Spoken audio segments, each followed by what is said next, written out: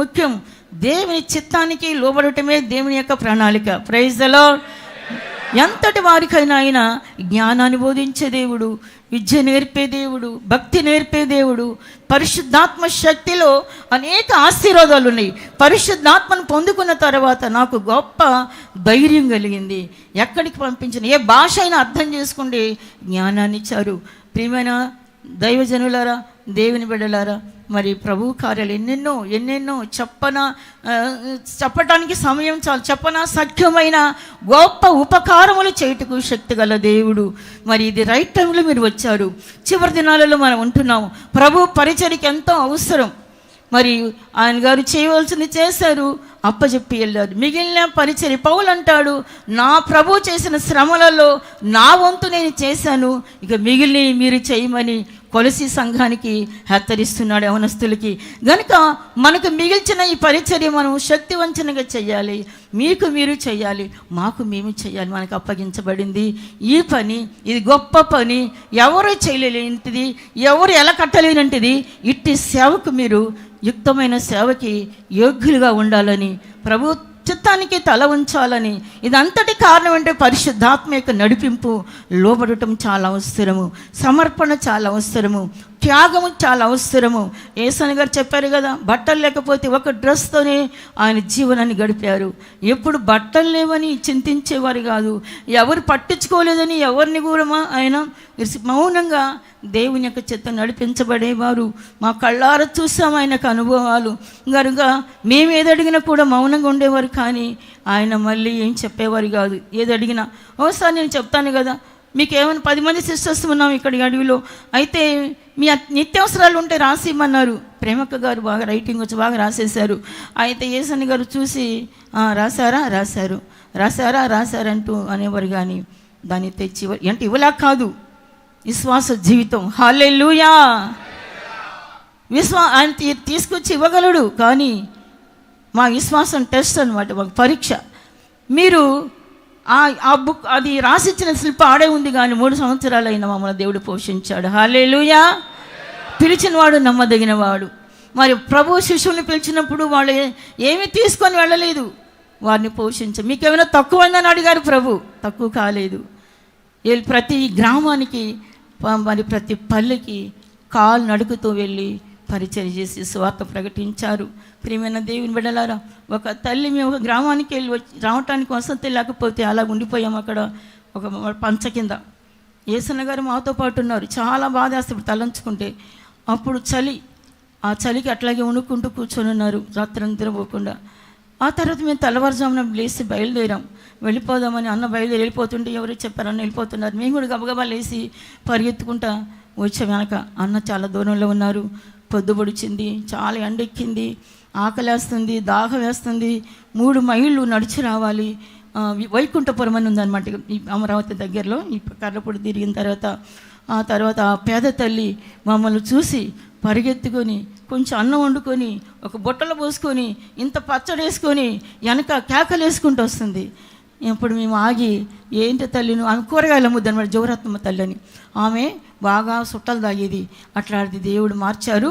ఆమె మారుమనసు పొంది బాప్తిసం తీసుకుని దేవుని ప్రేమ చేత ఉండి, అయ్యో దైవజనులు ఆకలితో వెళ్తున్నారు, దాహంతో వెళ్తున్నారు అని పరిగెత్తుకొని వస్తుంటే మేము అక్కడ ఆగాం, నడవలేక.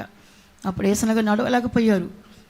ఆ టైంలో ఆ తల్లి మాకు అన్నం కలిపి 10 మంది ఉన్నాం, 10 మందికి 10 ముద్దలు పెట్టింది. అది తాగి ఆమె నీళ్ళు తాగటానికి నీళ్ళు లేవు, ఎడారేది పొలం. ఒక చిన్న బావి, పాడుబడ్డ బావి ఉంటే అందులో కొంచెం నీళ్ళు టిఫిన్తో తీసి పోసింది. ప్రియమైన దేవుని బిడ్డలారా, అట్టి అనుభవాలు ఏమీ లేవు. కనుక అట్టి స్థితులలో కూడా యేసయ్య గారు చాలా ఉత్సాహంగా పాటలు పాడుకుంటూ సేవ చేశారు. హల్లెలూయా.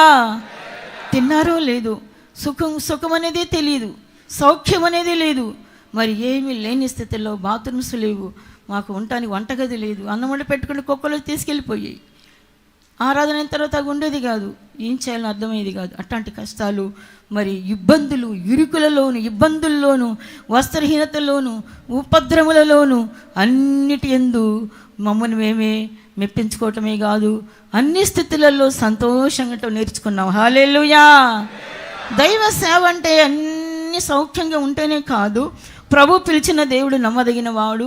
యేసు ప్రభు కాలంలో ఏ విధంగా సేవ జరిగింది అంటే, ఎంత కష్టాలున్న శిష్యులు పంట చెలలు ఎన్నులు తుంచుకొని తిని వాళ్ళు తృప్తి పడ్డట్టుగా మనం చదువుతాం కదా. అలాగూ ఈ ఎడారులలో, ఈ ఊర్లలో, పల్లెటూళ్ళల్లో చాలా దైవజనులు కష్టపడ్డారు, సేవ చేసి. మేము చేసింది కొద్దిగే, ఆయనకు శ్రమలలో మరి మేము చాలా తక్కువ అని చెప్పగలము. ఆయన దేవుని కృప అనేక అనుభవాలతో మరి ఈ సేవని ముందుకు తీసుకొచ్చాడు ప్రభు. ప్రతి చోట, ప్రతి స్థలంలో దైవజనులు, సమర్పణ గల దైవజనులు కావాలి. హల్లెలూయా.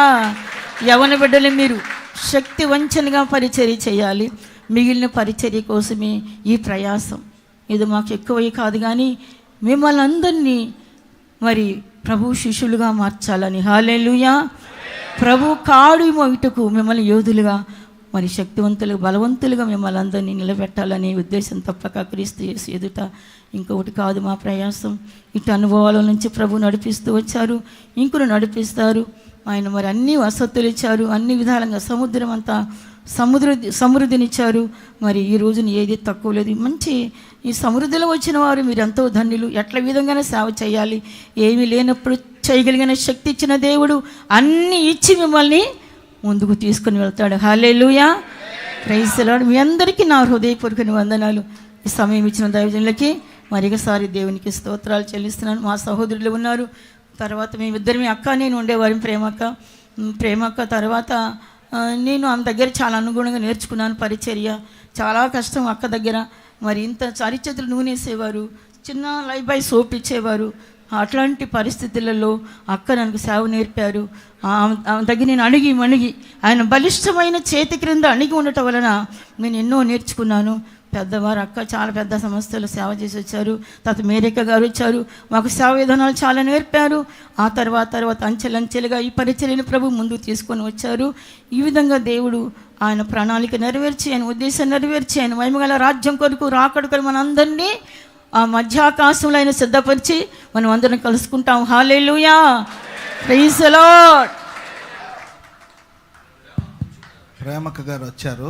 ప్రేమక్క గారు లేమల్లో చాలా కాలం సేవ చేశారు. ప్రేమక్క గారు ఉన్నారు. కొంచెం ఆరోగ్యం బాగాలేదు కాబట్టి ఇక్కడ స్టేజ్ దగ్గరికి రావడానికి ఇబ్బంది కాబట్టి అక్కడే మైక్ అందిస్తారు. ఒక 2 మాటలు అక్క కూడా చెప్తారు. దేవుని పరిశుద్ధ నామానికి మహిమ కలుగుగాక. మా అందరికీ వందనాలు, స్తోత్రాలు. ఈ రోజున ఇలాగా పరిశుద్ధులతో కలిసి, మీతో కలిసి దేవుని స్తుతించుటకు, ఆరాధించుటకు సమయం నాకు ఇచ్చినందుకు దేవునికి స్తోత్రాలు చెల్లిస్తున్నాను. ఇలా బైబిల్ కాలేజ్ స్టూడెంట్స్ ఇక్కడ రావటానికి సహాయం చేసిన దేవుడు, అలాగే ఇక్కడ సంఘం అంతా వచ్చినారు. మిమ్మల్ని అందరిని చూడటం కూడా చాలా సంతోషం. దేవుడు గడిచిన కాలం అంతా సేవలో మమ్మల్ని అందరినీ రూతక్క చెప్పినట్లుగా ఎన్నో విషయాలు చెప్పారు. అలాగే ఫెడ్డి పాస్టర్ గారు కూడా చాలా విషయాలు చెప్పారు, మీరందరూ విన్నారు. ఇంకా నేను చెప్పాల్సినవి కూడా ఏమీ లేదు, ఇంకా అన్నీ చెప్పేశారు కనుక దేవుని స్తోత్రం. ప్రభువు ఈ యొక్క సేవని ఆశీర్వదించి అంచెలంచెలుగా, ఆయన నమ్మదగిన దేవుడు కనుక, పిలిచినవాడు నమ్మకస్తుడు కనుక చక్కగా మనల్ని అందరినీ నడిపించుటకు ఆయన శక్తిమంతుడు. అలాగే ఈ సేవలను చాలామంది సేవకి సహాయం చేసిన వాళ్ళు ఉన్నారు. ప్రోత్సహించి సేవలో ప్రాణార్పణంగా ప్రాణం ఇచ్చి సేవను ప్రేమించినటువంటి సేవకులు, విశ్వాసులు ఉన్నారు కనుక దేవుడు ఈ సేవని ఎంతగానో 25 సంవత్సరాలు ఈ మందిరంలో, ఇదే మందిరంలో నేను సేవ చేశాను. 25 సంవత్సరాల పైన.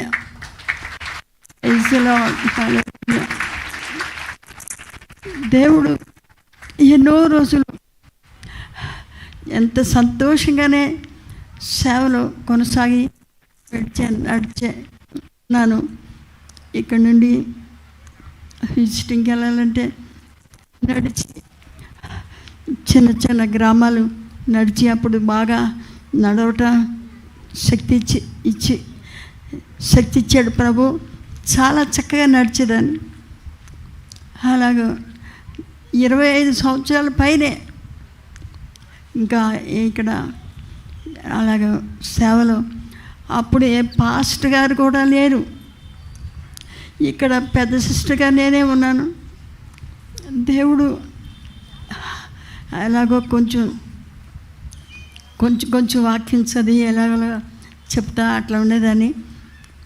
గుంటూరు నుండి మేరక గారు ఒక బ్రదర్ని, 2 బ్రదర్స్ని పంపించేవాళ్ళు. ఆదివారం వాక్యం చెప్పేవాళ్ళు,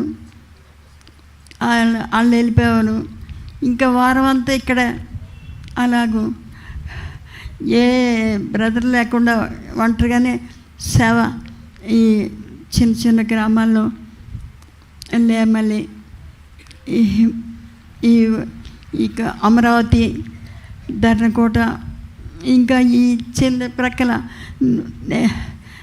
నిడుమొక్కల ఈ గ్రామాల్లో కూడా చిన్న కూటాలు పెట్టాలని చాలా ఆశపడేదాన్ని. పాస్టర్స్ లేరు కనుక ఏదో ఎప్పుడన్నా పాస్టర్ గారు వస్తే పెట్టేవాళ్ళం. వాళ్ళు రాకపోతే చిన్న కూటం పెట్టుకొని ఎలాగ ఇళ్ళల్లో నేనే ప్రార్థన చేసి అట్లా వచ్చేసేదాన్ని. కూటం పెట్టడం అనేది జరగలేదు. అలాగే ఈ ప్రాంతం అంతా చాలా వెనకబడిపోయి ఇలాగ దేవుని సేవలో వెనకబడిపోతుందని చాలా బాధగా ఉండేది. సరే, దేవునికి స్తోత్రం. తర్వాత పాస్టర్స్ వచ్చారు, చక్కని సేవకులు అనుగ్రహించి ప్రాంతానికి దేవుడు అనుగ్రహించి ఈ ఉంగుటూరు ఈ పరిసర ప్రాంతాల్లో చక్కగా సేవ జరిగించడానికి ప్రభు సహాయం చేశారు. దేవుని స్తోత్రం. అలాగే ఇంకా ఈ దేవుడు ఇలాగ ఈ సేవని ఆశీర్వదించి కంచి వేసి రాను మొదట కొంచెంగా తుదకు మహాభివృద్ధిలోనికి తీసుకుని వచ్చే దేవుడు నమ్మదగినవాడు కనుక ఈ సేవని ఆశీర్వదిస్తున్నాడు. ప్రభు స్తోత్రం. మీ అందరికీ నా వందనాలు.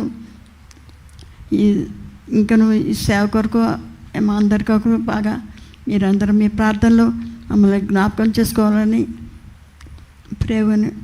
ప్రేమపూర్వకంగా మిమ్మల్ని కోరుకుంటున్నాను. ప్రభుకు స్తోత్రం. దేవునికి ఆమేన్.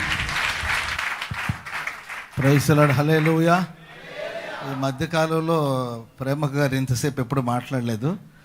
ఈ నిజంగా ఈ లేమల గాలి తాకంగానే అక్క కూడా హుషారు వచ్చినట్టుంది. ఈ మధ్యకాలంలో ఒక 2-3 నిమిషాలు మాట్లాడి ఆపేసేవాళ్ళు. ఈరోజు చాలా సుదీర్ఘంగా చక్కగా అనేక విషయాలు చెప్పారు. చాలా గొప్ప గొప్ప అనుభవాలు వారికి ఇక్కడ ఉన్నాయి. మనం ఎప్పుడు భవనాన్ని మాత్రమే చూస్తాము, పునాది మన కంటికి కనబడదు. పునాది లేకపోతే ఆ బిల్డింగ్ పరిశుద్ధుడా, ప్రేమ నమ్మకమైన మా పరలోకపు తండ్రి, మీ పరిశుద్ధ పాదములకు వేలాది వందనములు స్తోత్రములు చెల్లిస్తున్నాము నాయన. ఈ ప్రశస్త రాత్రి ఒక అమూల్యమైనటువంటి నా ప్రభా అనుభవాలను విత్తనము ఫలించి మహావృక్షమై అనేక మందికి నా ప్రభు నా తండ్రి దీవెనకరముగా ఆశీర్వాదకరముగా మీరు మలిచి ఉన్నారని మేమందరము తెలుసుకున్నట్టుకు ప్రతి ఒక్కరూ గ్రహించి ఆ ప్రకారము మా ప్రియులు, మా అన్న, మా ఆత్మీయ తండ్రి మమ్మల్ని పెంచినటువంటి విధానాలను అయ్యా రాబో దినాలలో చెప్పగలిగేటువంటి రీతిలో బిడ్డలను సిద్ధపరిచేందుకొరకు మాకు ఇచ్చిన అవకాశాన్ని బట్టి మీ స్తోత్రములు చెల్లిస్తున్నాం ప్రభువా. మా మంచి దేవుడవు, మాకు చాలిన దేవుడవు తండ్రి అన్న యేసన్న గారిని మాతో అనేకమైన సంవత్సరములు నిలిపి మేము నేర్చుకోవలసిన విషయాలన్నిటినీ తేటగా మాకు తెలియచేసి మీరు పిలిచిన పిలుపునకు నా ప్రభా లోబడి విశ్రాంతిలో ప్రవేశించినటువంటి అన్నను ఈ దినమున మేము జ్ఞాపకం చేసుకొనిచున్నాము తండ్రి. 10 సంవత్సరాలు నా ప్రభువా అయ్యా మేము అన్నను దూరం చేసుకున్న వారమై ఉన్నాము. కానీ ఈ 10 సంవత్సరాలను ప్రభా నా తండ్రి అత్యధికముగా అత్యద్భుతముగా నా ప్రభా అయ్యా నా ప్రభా వర్ధిల్ల చేసినందుకు మీకు స్తోత్రములు చెల్లిస్తున్నాం ప్రభా. ఈ 10 సంవత్సరాల్లో అనేక మంది సేవకులను మీరు సిద్ధపరచుకున్నందుకు మీకు స్తోత్రములు. ఈ సంవత్సరము కూడా నా ప్రభా మీరే ఒక అద్భుతమైన రీతిలో నా ప్రభా కొనసాగించుకొచ్చున్నారు. మా ప్రియులు అనుభవం కలిగిన బిడ్డలు నా ప్రభా ప్రకటించిన ప్రతి మాట మాకెంతో సంతోషాన్ని ఆశీర్వాదం కలుగుతుంది. ఈ సమయంలో ప్రభు నా తండ్రి మీ ప్రియ కుమారులు నా ప్రభా వెస్లీ పాస్టర్ గారిని మీ సిలువ చాటును మరుగు చేసుకొని ప్రభా అయ్యా నా ప్రభా సేవ కొరకు సిద్ధపరచబడిన బిడ్డలకు కావలసిన విషయాలను అలాగే ఈ సంఘమునకు అయ్యా సేవకులకు కావలసిన సంగతులు తేటగా తెలియచేసి నీ దాసుని పక్కనుండి మీకు మాత్రమే మహిమ తెచ్చుకొనమని నడిపింపు వారికి మీ కృపను అనుగ్రహించుమని నజరేయుడుగా యేసు నామమున అడిగి వినయముతో వేడుకొనుచున్నాము తండ్రి. ఆమేన్ ఆమేన్.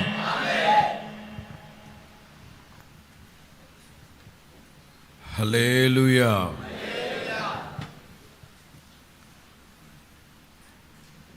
మన ప్రభువును రక్షకుడైన యేసుక్రీస్తు పరిశుద్ధమైన సుచరిత్ర కలిగిన మహనీయమైన పుణ్యనామంలో బైబుల్ సెమినార్ విద్యార్థులందరికీ అలాగే స్థానిక లేమల్ల సంఘస్థులందరికీ అలాగే సేవకులకి సేవకురాళ్ళందరికీ ప్రభు పేరట వందనాలు. దేవునికి స్తోత్రం. అలాగే ప్రత్యక్ష ప్రసారంలో ఈ కార్యక్రమాన్ని చూస్తూ ఉన్న దేవుని ప్రియులందరికీ హోసన్నా మినిస్ట్రీస్ తరఫున నా హృదయపూర్వకమైన వందనాలు. సామెతల గ్రంథం 10వ అధ్యాయం 7వ వాక్యం. సామెతల గ్రంథం 10:7 నీతిమంతును జ్ఞాపకం చేసుకొనుట ఆశీర్వాద కారణమగును, భక్తిహీనుల పేరు ఎప్పుడు తలంచినా ఎన్నిసార్లు తలంచినా అసహ్యత పుట్టును. వాస్తవంగా మాటల్నే మనం పిన్ పాయింట్గా పికప్ చేసుకొని వాక్యం చెప్తూ ఉంటాం. పిలువబడ్డారు. ఆయనకి ఒక వారం రోజులుగా దేవదూతలు రావడం, గుమ్మం దగ్గర చూడడం, దేవుడు పిలుస్తున్నాడు తీసుకొని రమ్మని పంపించారు మమ్మల్ని అంటే, మేమందరమే 10 మంది ఉండేవాళ్ళం గదిలో. స్పష్టంగా మాట్లాడుతూ ఉండేవారు. మేము అనుకునేవాళ్ళు ఎవరితో మాట్లాడుతున్నారు అని. తర్వాత కాసేపటికి వాళ్ళు వెళ్ళిపోయిన తర్వాత చెప్పేవాడు, దేవదూతలు వచ్చారా నన్ను తీసుకెళదామని. ఇంకా ఈ కార్యం ఇవేమి నేను సెట్ చేయలేదు కదా, ఈ విషయాలన్నీ మీకు తెలియపరచాలి కదా, అన్నీ చక్కదిద్దాలి కదా, అందుకని నేను రానన్నాను. దట్టు మీరు అందరూ ప్రార్థన చేస్తున్నారు కదా, అందుకనే వాళ్ళు కొంచెం వెనక్కి తగ్గుతున్నారు అని. వారం రోజులుగా ఆయనకి తెలుస్తూ ఉంది వెళ్ళిపోతారు అని. అయితే మాతో చెప్పి పెట్టారు, ఒకవేళ నాది ఆఖరి క్షణము అని అనుకుంటే మెమోరియల్ హాల్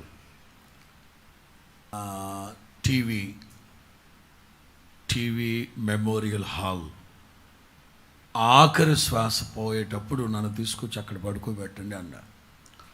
అది మేరక్కి గుర్తుగా ఉండాలన్న ఉద్దేశంతో మెమోరియల్ హాల్ కట్టారు. ఆఖరి సమయము అని అనుకుంటే నన్ను అక్కడ తీసుకొచ్చి పడుకోబెట్టండి అని. అలాగే సాయంకాలం 7 గంటలప్పుడు డాక్టర్లు చెప్పారు ఇంకొక అరగంట కంటే ఎక్కువగా బ్రతకరని. వెంటనే తీసుకొచ్చి ఆ హాల్లో పడుకోబెట్టి పైన ఇంకా పిలుస్తున్నాం ప్రశాంతంగా అలా కన్ను మూసారు. ఈ 8వ తారీఖు 8వ నెల సాయంకాలం రమారమి 8 గంటలప్పుడు ఓ పావు గంట జీవన్ మరణాల మధ్యలో కాస్త ఇబ్బంది పడ్డారు. ఆ తర్వాత ప్రశాంతంగా ప్రభువునందు నిద్రించి మహిమలోకి చేర్చబడ్డారు. అందుకే యేసన్న గారి జ్ఞాపకాలతో అని ఒక చిన్న టైటిల్ పెట్టుకున్నాం. యేసన్న గారిని ఏ గంటో ఓ 2 గంటలో తలంచుకొని మర్చిపోయే వ్యక్తి కాదు ఆయన. లేక ఓ 10 మంది యేసన్న గారు వాళ్ళతో ఉన్న సమయాలు చెప్పుకొని ముగించుకునేది కాదు ఇది. యేసన్న గారు చనిపోయిన ప్రారంభ దినాల్లో 1 నెల అనుకుంటాను, మా హోసన్న మినిస్ట్రీస్కి అత్యంత ఆప్తులు అహ్మద్ గారు అని ఏలూరు ప్రాంత వాస్తవ్యులు, వాళ్ళు ముస్లిం కుటుంబంలో పుట్టి పెరిగి అత్యంత విశ్వాస వీరులుగా పరిగణించబడిన వ్యక్తి. ఆయనకి ఇప్పుడు 70 సంవత్సరాల పైబడిన వయస్సు అయినా వేకువ 3 గంటలకు లెగిసి 6 గంటల వరకు నిలువు మోకాళ్ళ మీద ఉండి ప్రార్థన చేసే అనుభవం ఉంది ఆయనకి. మంచి విశ్వాసి. వాళ్ళ తమ్ముళ్ళిద్దరూ ఆస్ట్రేలియాలో స్థిరపడ్డారు.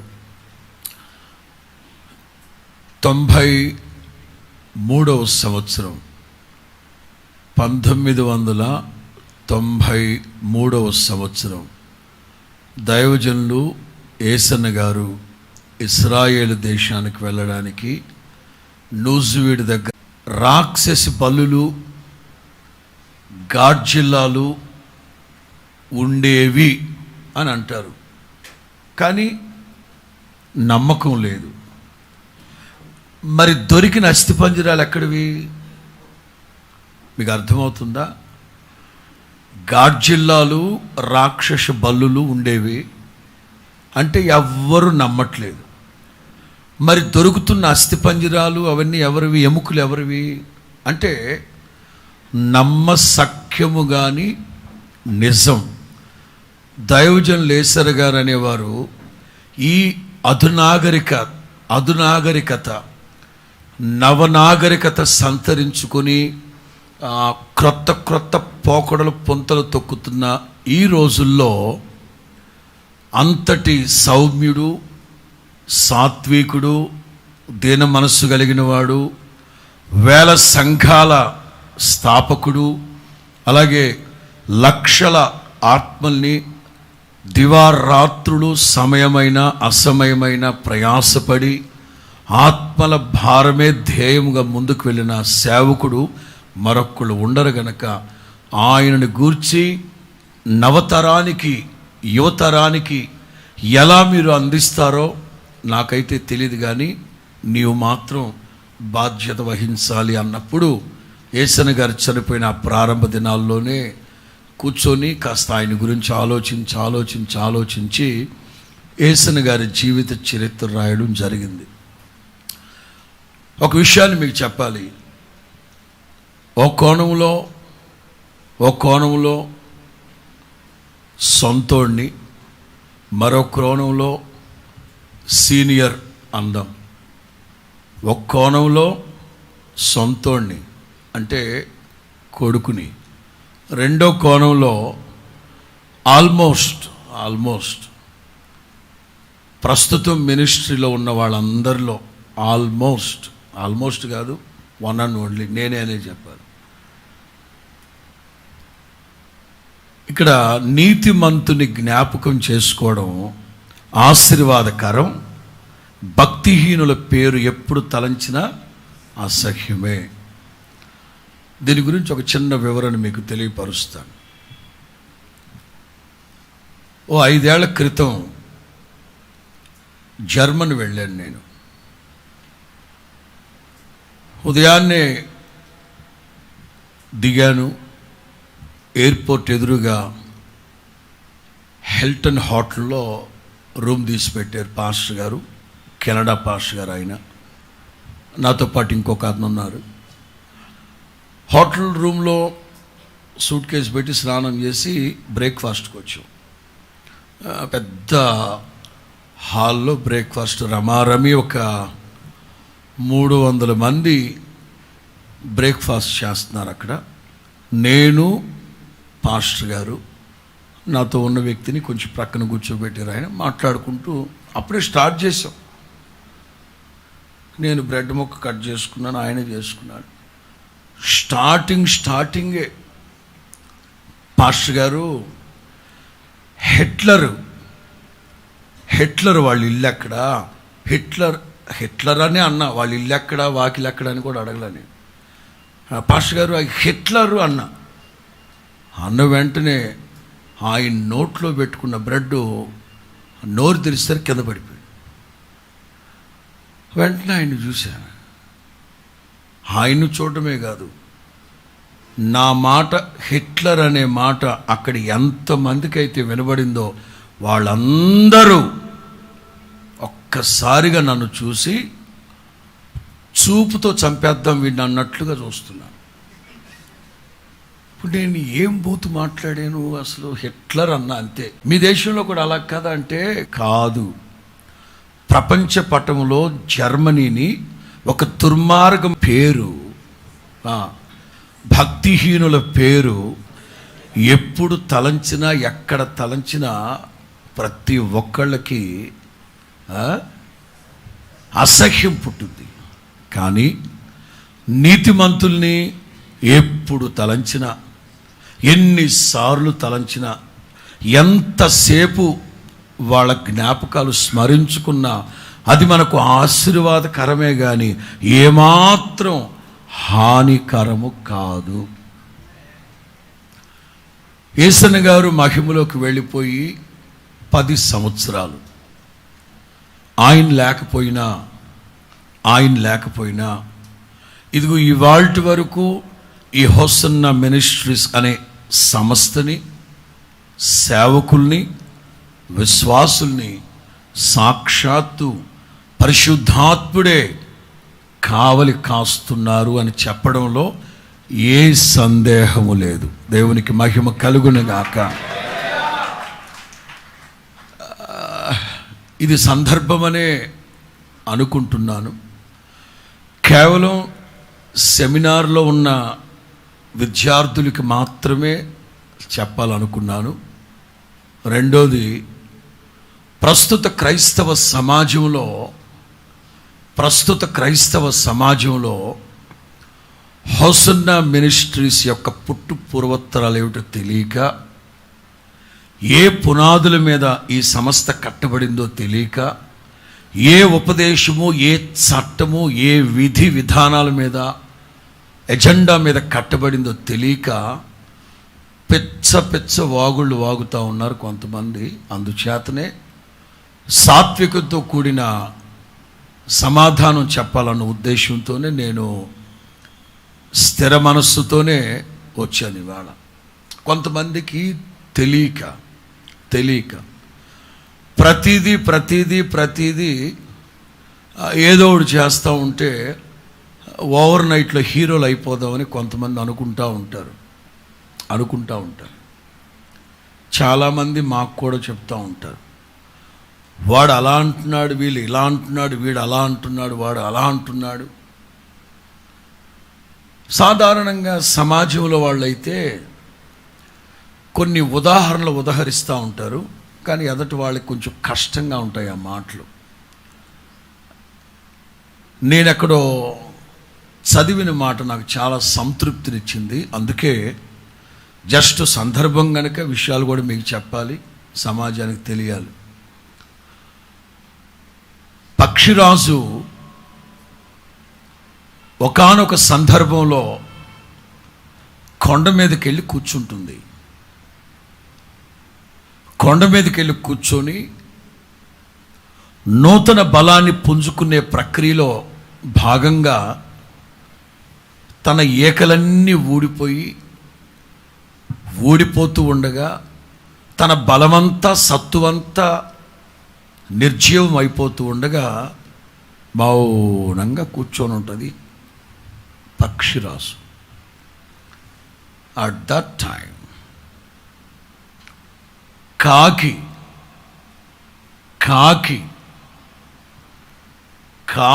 కూడా పక్షిరాజుని బెదిరిస్తుంది, వెక్కిరిస్తుంది.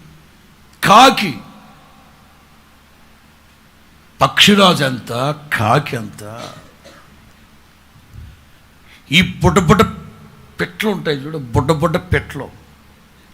ఈ పెట్లు కూడా వాడి పెట్టు మొహం, వాడి పెట్ట వాటం, పెట్లు, చిన్న పెట్లు పక్షిరాజు దగ్గరకు వచ్చి అంటే పక్షిరాజు మౌనంగా ఉంటుంది. ఇంకొన్ని బలిసిన పెట్లు ఏం చేస్తాయి తెలుసా? ఏకంగా పక్షిరాజు మీదకి ఎక్కి తల మీద పొడుస్తూ ఉంటాయి. 2-3 పెట్లు పొడుస్తూ ఉంటాయి. నా దగ్గర ఉంది స్క్రీన్ షాట్. అది కొంతమంది మీకు లాంటోళ్ళు పక్షిరాజుతో చెప్తారు, ఏంటండి ఎందుకు మౌనంగా ఉన్నారు మీరు? చూడు అదంతా దాని బతికేంత తల మీదకి ఎక్కి, వీపు మీదకి ఎక్కి, నెత్తి మీదకి ఎక్కి పొడుస్తూ ఉంటే ఏంటండి ఇదే? కొంచెం ఆలోచించండి వాటి గురించి కూడాను. పక్షిరాజు అంటుందట, వాటి గురించి నేను ఆలోచించి సమయం వృధా చేసుకోవడం దేనికి? మరి అట్లా మరి పొడుస్తున్నాయి కదా, అవి బెదిరిస్తున్నాయి కదా, వెక్కిరిస్తున్నాయి కదా.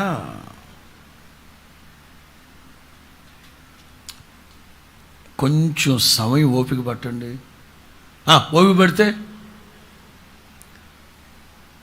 నేను మరలా బలం పుంజుకుంటా. ఓకే, బలం పుంజుకొని నిదానంగా పైకి ఎగురుతూ ఉంటా. ఏ పెట్ట మొహాలైతే, ఏ పెట్ట వాటాలైతే నా తల మీదకి ఎక్కి పొడుస్తూ ఉన్నాయో, కొంచెం ఎత్తులోకి వెళ్ళిన తర్వాత వాటికి ఊపిరాడదు. ఈ కాకులకి, పెట్లకి దెబ్బకి అక్కడి నుంచి డబేలు పడతాయి కింద. నా పాటికి నేను చెప్పదే మంద, నా పాటికి నేను ఉన్నత స్థలముల మీదకి ఎగిరెళ్తా ఉంటా. కొన్ని పెట్లు పొడుస్తూ ఉంటాయి, కొన్ని కాకులు కూడా. కాకి ఎంత, దాని బతుకెంత, అది కూడా హీరో అయిపోద్ది అప్పుడప్పుడు. కొన్ని విషయాలు మీకు తెలియాలి. యేసన్న గారి గురించి చెప్పాను కదా. 1 సొంతోడిని, కొడుకుని. 2 సంస్థలో సీనియర్ సేవకుని. మా బంధువులందరూ నెల్లూరే, అందరూ నెల్లూరే. ఒక పెద్ద కుటుంబం, 70-80 మంది కుటుంబ సభ్యులు, అందరూ నెల్లూరే. యేసన్న గారు ఇక్కడుండేవారు. మేరక్క, విజయవాడ పప్పుల మిల్ దగ్గర ఉండేవాడు. అయితే ఆయన పుట్టు పూర్వోత్తరాలు మీకు అందరికి తెలుసు. మా నాన్న పెద్దోడు, ఫ్రెడీపాల్ గారు వాళ్ళ నాన్న 2. ఆ తర్వాత 2-3 పిల్లలు చనిపోతే వాళ్ళ అమ్మగారు, యేసన్న గారు వాళ్ళ అమ్మగారు మొక్కుకుంది. మా ఇంటి ప్రక్కనే రోమన్ క్యాథలిక్, మా ఇంటికి కుడివైపున రోమన్ క్యాథలిక్, ఎడం వైపున బాప్టిస్టు. మా తాతోళ్ళేమో విగ్రహారాధికులు. శ్రీహరికోట రాకెట్ కేంద్రం దగ్గర తీపలపూడి అనే చిన్న కుగ్రామం. ఇప్పటికీ ఆ ఊరికి రోడ్డు లేదు, లైట్లు ఉండవట. ఇప్పటికీ తీపలపూడి. అక్కడి నుంచి మా ముత్తాతలు, యేసన్న గారి వాళ్ళ నాన్నగారి పేరు నరసింహరాజు, వాళ్ళ నాన్నగారి పేరు పోతురాజు, మరి వాళ్ళ నాన్న ఇంకే రాజు. రాజ్యాలు లేవు కానీ రాజులు. అక్కడి నుంచి వలస వచ్చేసారు. పట్టెడు మెతుకులు తిండి గింజలు లేక కేవలం పొట్ట కూటి కోసం తీపలపూడి నుంచి వలస వచ్చేసారు. అందుకే మా ఇంటి పేరు తీపలపూడి. ఎక్కడి నుంచి అయితే వలస వచ్చేసామో ఆ ఊరు పేరే ఇంటి పేరైంది. యేసన్న గారి వాళ్ళ తాత పోతురాజు వాళ్ళందరూ ఏం చేసేవారంటే, ఈ తారు రోడ్లు వేసిన తర్వాత డ్రమ్ములు ఉంటాయి కదా, ఇనప డ్రమ్ములు, రేకు డ్రమ్ములు, అవి కొని రేకు చాట్లు, ట్రంకు పెట్లు తయారు చేసి అమ్ముకునేవాళ్ళు.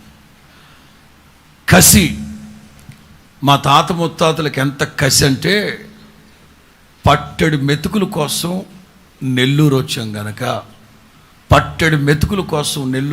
గనక ఎలాగైనా సరే సొంత రైస్ మిల్ ఉండాలి,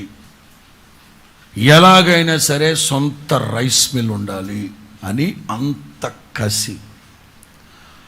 ఆ తర్వాత యేసన్న గారి వాళ్ళ తాత పోతురాజు కాస్త సంపాదించారు. ఆ తర్వాత యేసన్న గారి వాళ్ళ నాన్నకి చిన్న వయసు ఉన్నప్పుడు ఒకే కొడుకు నరసింహరాజు. యేసన్న గారి వాళ్ళ నాన్నగారి పేరు నరసింహరాజు, ఒకే కొడుకు. వాళ్ళ నాన్న పోతురాజు బాగా ఎర్రగా బుర్రగా ఉంటే ఒక దొరసాని తీసుకెళ్ళిపోయింది మా ముత్తాతని. మలేషియా దగ్గర పెనాంగ్ అనే ప్రాంతానికి దొరసాని తీసుకెళ్ళిపోయింది. అప్పుడు మా తాత దొరసానితో వెళ్ళిపోతూ యేసన్న గారి వాళ్ళ నాన్నని ఎవరికో అప్పచెప్పి, వీడిని జాగ్రత్తగా పెంచండి, నేను పెనాంగ్ వెళ్ళిపోతున్నానని చెప్పి వెళ్ళిపోయారు. ఒక్కగానొక్క కొడుకుని దొరసాని మాయలో పడి ఆయన వదిలిపెట్టి వెళ్ళిపోయారు. ఆ తర్వాత మా తాత నరసింహరాజు కష్టపడి మా నాన్నమ్మని కమలమ్మ, ఈవిడేమో రోమన్ క్యాథలిక్ ఆవిడ, ఆయనేమో హిందూ. ఆ తర్వాత యేసన్న గారు పుట్టడం, యేసన్న గారికి ఆ సామ్లోర్ దగ్గర తీసుకెళ్తే ఆయన యేసన్న అని పేరు పెట్టారు. యేసన్న గారు అప్పుడప్పుడు అంటూ ఉంటారు, యేసన్న అని పెట్టాడు కనుక యేసయ్య సేవ చేశాను, మరి అన్న అని పెట్టుంటే మరియమ్మ సేవ చేసేవాడినేమో అంటుంటారు. అప్పటి నుంచి ఆయనకి ఈ శాఖలు ఎక్కువ, చిన్నప్పటి నుంచే. ఆ తర్వాత 4 చెల్లెళ్ళు, మొత్తం 9. మా ఇంట్లో అందరూ అన్యజనుల్లో నుంచి వచ్చారు కనుక మా కులదైవం రంగనాయకులు. నెల్లూరు పెన్నా నది తీరాన రంగనాయకుల దేవాలయం ఉంటుంది. అక్కడ ఆ భజనలు చేసుకునేవారట ఆ రోజుల్లో. అది మా కులదైవం రంగనాయకులు. అందులోంచి వచ్చారు కనుక మా నాన్నగారు వాళ్ళు 5 అన్నదమ్ముళ్ళు, వాళ్ళని 5 అన్నదమ్ముల్ని పాండవులతో పోల్చేవారు. మా నాన్న ధర్మరాజు. అట్లా నెల్లూరులో ఒక సొంత రైస్ మిల్లు, అలాగే కొంచెం పొలాలు, నిమ్మ తోటలు అవన్నీ సంపాదించుకున్నారు. అయ్యగారు చెప్తా ఉండారు, పెద్ద కోటేశ్వరులం కాకపోయినా నెల్లూరు నడిబొడ్లో రైల్వే స్టేషన్ నుంచి బయలుదేరితే ఐ థింక్ 10 నిమిషాలు నడుచుకుంటూ మా ఇంటికి వెళ్ళిపోవచ్చు. అంత నెల్లూరు నడిబొడ్లో మంచి ఇల్లు అవన్నీ ఉన్నాయి. అయితే యేసన్న గారికి 10 సంవత్సరాల వయసు వచ్చాక దురాత్మ, అది అందులో నుంచి వచ్చారు కనుక ప్రతిదీ వాళ్ళు దానితో పోల్చి మాట్లాడడం వాళ్ళకి అలవాటు అయిపోయింది. యేసన్న గారికి వయస్సుకు మించిన ఆలోచనలు, వయస్సుకు మించిన పనులు, ఇట్లాంటి దరిద్ర పనులు చేస్తూ 10 సంవత్సరాల వయసు నుంచి 17 సంవత్సరాల వయసు వరకు రమారమి 7 సంవత్సరాలు పెద్ద చిన్న గురువు దైవం లేకుండా ఇల్లు వాకిలు వదిలిపెట్టేసి, తల్లిదండ్రులను వదిలిపెట్టేసి విచ్చలివిడిగా నెల్లూరు నడి బజార్లో తిరగడం. దట్టు అట్లా ఆలన పాలన లేనందువలన భయంకరమైన జబ్బులు, బ్లడ్ వామిట్ చేయడం, రక్తం గక్కుతూ తిరుగుతూ ఉంటే చూసిన బంధువులు అందరూ అంటూ ఉండేవాళ్ళు, వీళ్ళ తాత పోతురాజు, నరసింహరాజు వాళ్ళందరూ పండగలు, పబ్బాలు, తిరణాళ్ళు, జాగారాలు జరిగినప్పుడు అక్కడ మేకపోతుల గొంతు కొరికి పచ్చి రక్తాన్ని తాగేసేవాళ్ళు. వాళ్ళు తాగిన రక్తం వీడు కక్కుతున్నాడు ఇప్పుడని అట్లా మాట్లాడేవారట. చూసిన వాళ్ళందరూ వీడి కర్మ, వీడి కర్మ, వీడి కర్మ, వీడి కర్మ ఆయన అంటూ ఉండేవారు సాక్ష్యం చెప్పేటప్పుడు. మా బంధువులందరూ వాడి కర్మ, వాడి కర్మ, వాడి కర్మ, కర్మ, కర్మ అన్నారు. కానీ కర్మకాండలో నుంచి మనిషిని విడిపించగలిగిన కరుణామయుడైన యేసు క్రీస్తుని గురించి నాకు చెప్పలేదు అని అంటూ ఉండేవారు. ఆ తర్వాత నేను ఇయర్ వైజ్గా చెప్తా వస్తాను మీకు. నాకు గుర్తున్నవన్నీ 1964 ఫిబ్రవరి 15వ తేదీ శనివారం రాత్రి, 1964 ఫిబ్రవరి 15th సాటర్డే ఈవినింగ్ 9 o'clock ఒక ఇంట్లో కుటుంబ ప్రార్థన జరుగుతుంటే ఆ మాసిన బట్టల మీదే, ఆ రక్తపు సారల మీదే, ఆ మట్టి సారల మీదే ఆయనకి ఎందుకు మరి సంగీతం అంటే చిన్నప్పటి నుంచి ఇష్టం. ఎందుకంటే వాళ్ళ తాత ముత్తాతలు భజనలు చేసేవాళ్ళు కదా, అది ఉంది ఆయనకి. పాటలు పాడుతూ ఉంటే చలికి సర్దికి ఆలకిస్తూ ఉన్నాడు అక్కడ. వాళ్ళు కుటుంబ ప్రార్థన చేసేవాళ్ళు పాట అయిపోయిన తర్వాత కళ్ళు తెరిచి చూసి ఎండ చూస్తే బాబా ఈడెవడరా చెప్పులు దొబ్బేసేవాడు వచ్చినట్టున్నాడు అని చెప్పి హడావుడిగా ప్రార్థన, నా ప్రాణమ యెహోవాను సన్నుతించమని చెప్పేసి చాపలాగేశారు. ఆ రాత్రి వాళ్ళ ఇంటి దగ్గర నుంచి అలా చీకట్లో నడుచుకుంటూ వెళుతుంటే యెహోవాయే మనకు వెలుగు, ఆయన మనకు కేడుమునై ఉన్నాడు. ఆ వాక్యం నెరవేర్చబడేటట్లు ఆ చీకట్లో వెళుతూ ఉంటే ఆయన మీద ఓ ప్రకాశమానమైన వెలుగు. ఎప్పుడైతే ఆ ప్రకాశమానమైన వెలుగు ఆయన మీద ప్రకాశించిందో దెబ్బకి ఈ స్థిమితం లేని మనస్సు 7 సంవత్సరాలుగా పరిపరి విధాలుగా పరిగెత్తిన ఆ మనస్సు, ఆ ఆలోచనలన్నీ ఒక్కసారిగా సరిచేయబడి మా ఇల్లు ఎక్కడ, అమ్మ నాన్న ఎక్కడ, నా తోబుట్టువులు ఎక్కడ, మా అన్నదమ్ముళ్ళు ఎక్కడ ఆలోచన వచ్చి మధ్యరాత్రికి వెతుక్కుంటూ ఇంటికి వచ్చి పడుకొని ఉదయాన్నే బావి దగ్గరికి వెళ్ళి స్నానం చేసుకుంటుంటే ఇంట్లో వాళ్ళందరూ అవాక్కై చూస్తున్నారట. ఈ పిచ్చుకొక్క ఇంటికి వచ్చిందేమిట్రా, ఆయన వాళ్ళని ఏమీ పట్టించుకోకుండా శుభ్రంగా స్నానం చేసుకొని ఫ్రెండ్ వాళ్ళ నాన్న బట్టలు ఉంటే ఆ బట్టలు వేసేసుకొని తిన్నగా నిన్న రాత్రి ప్రార్థన జరుగుతుందే ఆ ఇంటికి వెళ్ళాడంట. ఇంటికి వెళితే ఆ ఇంట్లో వాళ్ళు బాగానే పలకరించి ఎవరు బాబు, ఎక్కడి నుంచి వచ్చావు, ఏమిటి సంగతి అని కుర్చీ వేసి మర్యాదలు చేస్తున్నారంట. అదేనండి నిన్న రాత్రి వచ్చాను కదా అంటే, పిచ్చోడు వచ్చాడు బాబు, నిన్న 6 చెప్పులు దొబ్బేసేవాడు అనుకున్నాను. నేనే. నువ్వా? ఏం జరిగింది ఒక్క రాత్రిలో? ఆయన అన్నీ చెప్పారు. ఇలా నేను ఆ చీకట్లో వెళతా ఉంటే ఏదో వెలుగు వెలిగింది. ఆ వెలుగు ఎవరో కాదు బాబు, నశించిపోతున్న వాళ్ళని వెలిగించడానికి ఈ లోకములో దిగి వచ్చిన నిజమైన వెలుగు నజరేయుడైన యేసు నిన్ను దర్శించాడు. వాళ్ళు ఇక క్రొత్త నిబంధన బైబిల్ ఒకటి ఆయనకిచ్చి చదువుకో చక్కగా. అది 1964 నుంచి 68 వరకు ఒక మంచి విశ్వాసిగా, మంచి యవనస్తుడిగా, సేవకులకి సహకారిగా భక్తి జీవితాన్ని కాపాడుకుంటూ రాత్రి మగళ్ళు దేవుని మందిరంలో పరిచర్య చేస్తున్నప్పుడు ప్రభు ఆయన సేవకు పిలవడం. సేవకు వెళతానంటే వాళ్ళ నాన్నగారు ససేమిరా అంగీకరించలేదు. ఏదో ఇప్పుడిప్పుడే బాగుపడ్డావు, ఆ రైస్ మిల్ అదేదో చూసుకుంటావేమో అనుకుంటే ఇదేమిట్రా.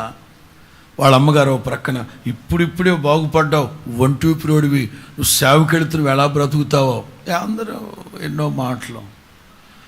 1968 ఆగస్టు 1వ వారం, 1968 ఆగస్టు 8వ నెల 1వ వారంలో దేవుని ఇంట్లో అడుగుపెట్టాడు.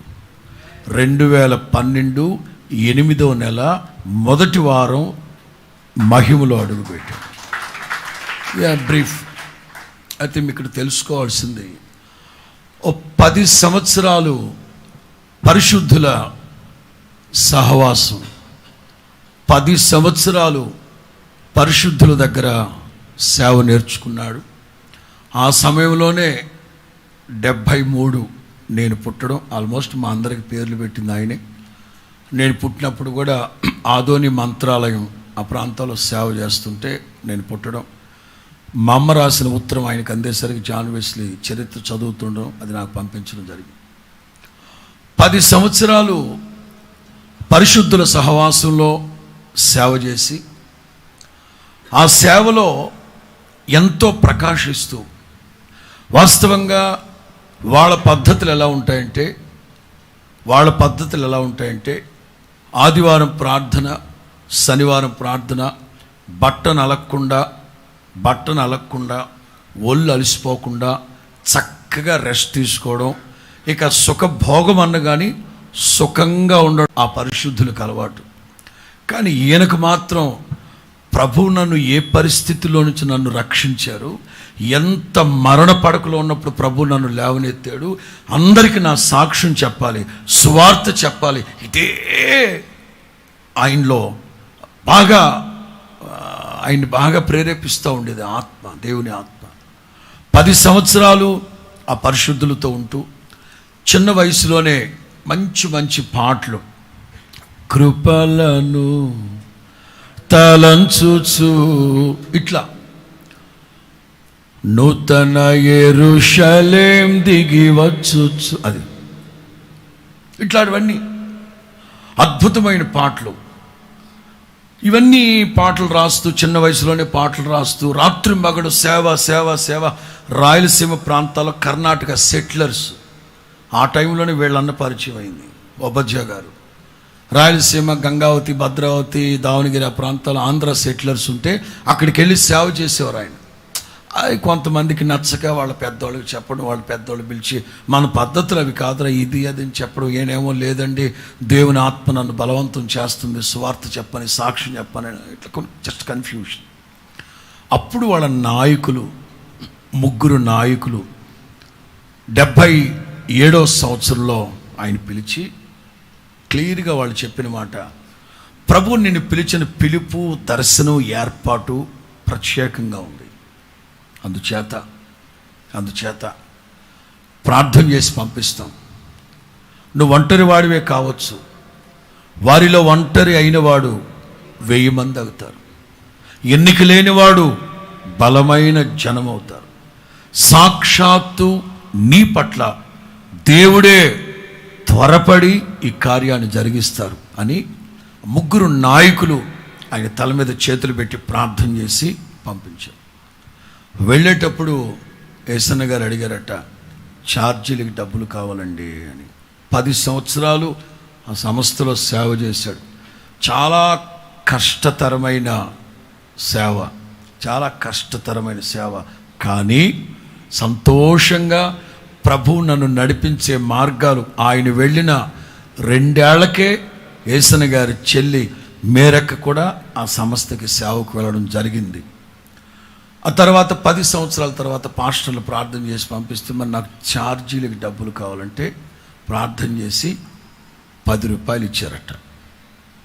పెద్దయ్య గారు ఎప్పుడు మాతో అంటూ ఉండేవారు, ఆ సంస్థలో 10 సంవత్సరాలు సేవ చేశానురా, సంవత్సరానికి రూపాయి చొప్పున నాకు కూలి ఇచ్చి పంపించారు వాళ్ళని. వెళ్ళిపోతూ ఉంటే ఇలాంటి పెద్ద సిస్టర్ ఒక ఆవిడ, తమ్ముడా ఏసన్న గారిని అందరూ యేసు అంటారు, ఏసన్న గారి ఆత్మీయ తండ్రిని చెప్పాలి, దేవరాజు గారు. ఆయన ఎంత ముద్దుగా పిలుస్తారో ఏసన్న గారు, యేసు అంటుంటారు. ఆ పెద్దక్క, యేసు ఎక్కడికి వెళుతున్నావు?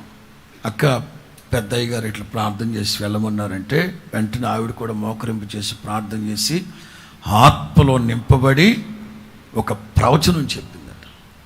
దావీదుకు చూపిన శాశ్వతమైన కృప నేను నీకు చూపెడతాను.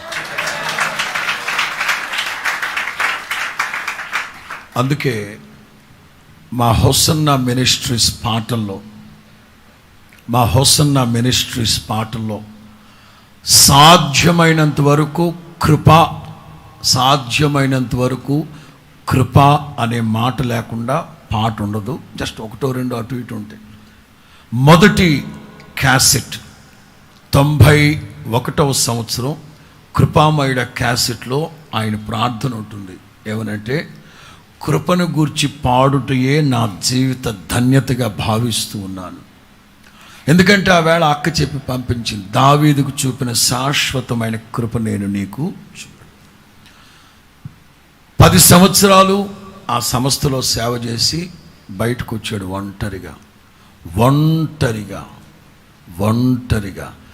7వ తారీఖు 7వ నెల 77వ సంవత్సరం 7వ తారీఖు 7వ నెల 77 గత నెలకి గత మాసానికి 45 సంవత్సరాలు ముగించి ఈ హోసన్నా మినిస్ట్రీస్ 46వ సంవత్సరంలో అడుగుపెట్టింది.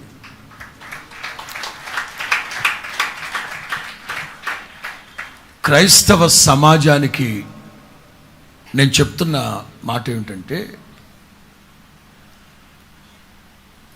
ఇవాళ ఈ హోసన్నా మినిస్ట్రీస్ ఎంత వైభవంగా ఉందంటే, ఇవాళ హోసన్నా మినిస్ట్రీస్లో రమారమి 1500 సంఘాలకు పైగా, కొన్ని చోట్ల పొలాలు ఇచ్చున్నారు, స్థలాలు ఇచ్చున్నారు, డబ్బు ఇచ్చున్నారు మందిరాలు కట్టమని.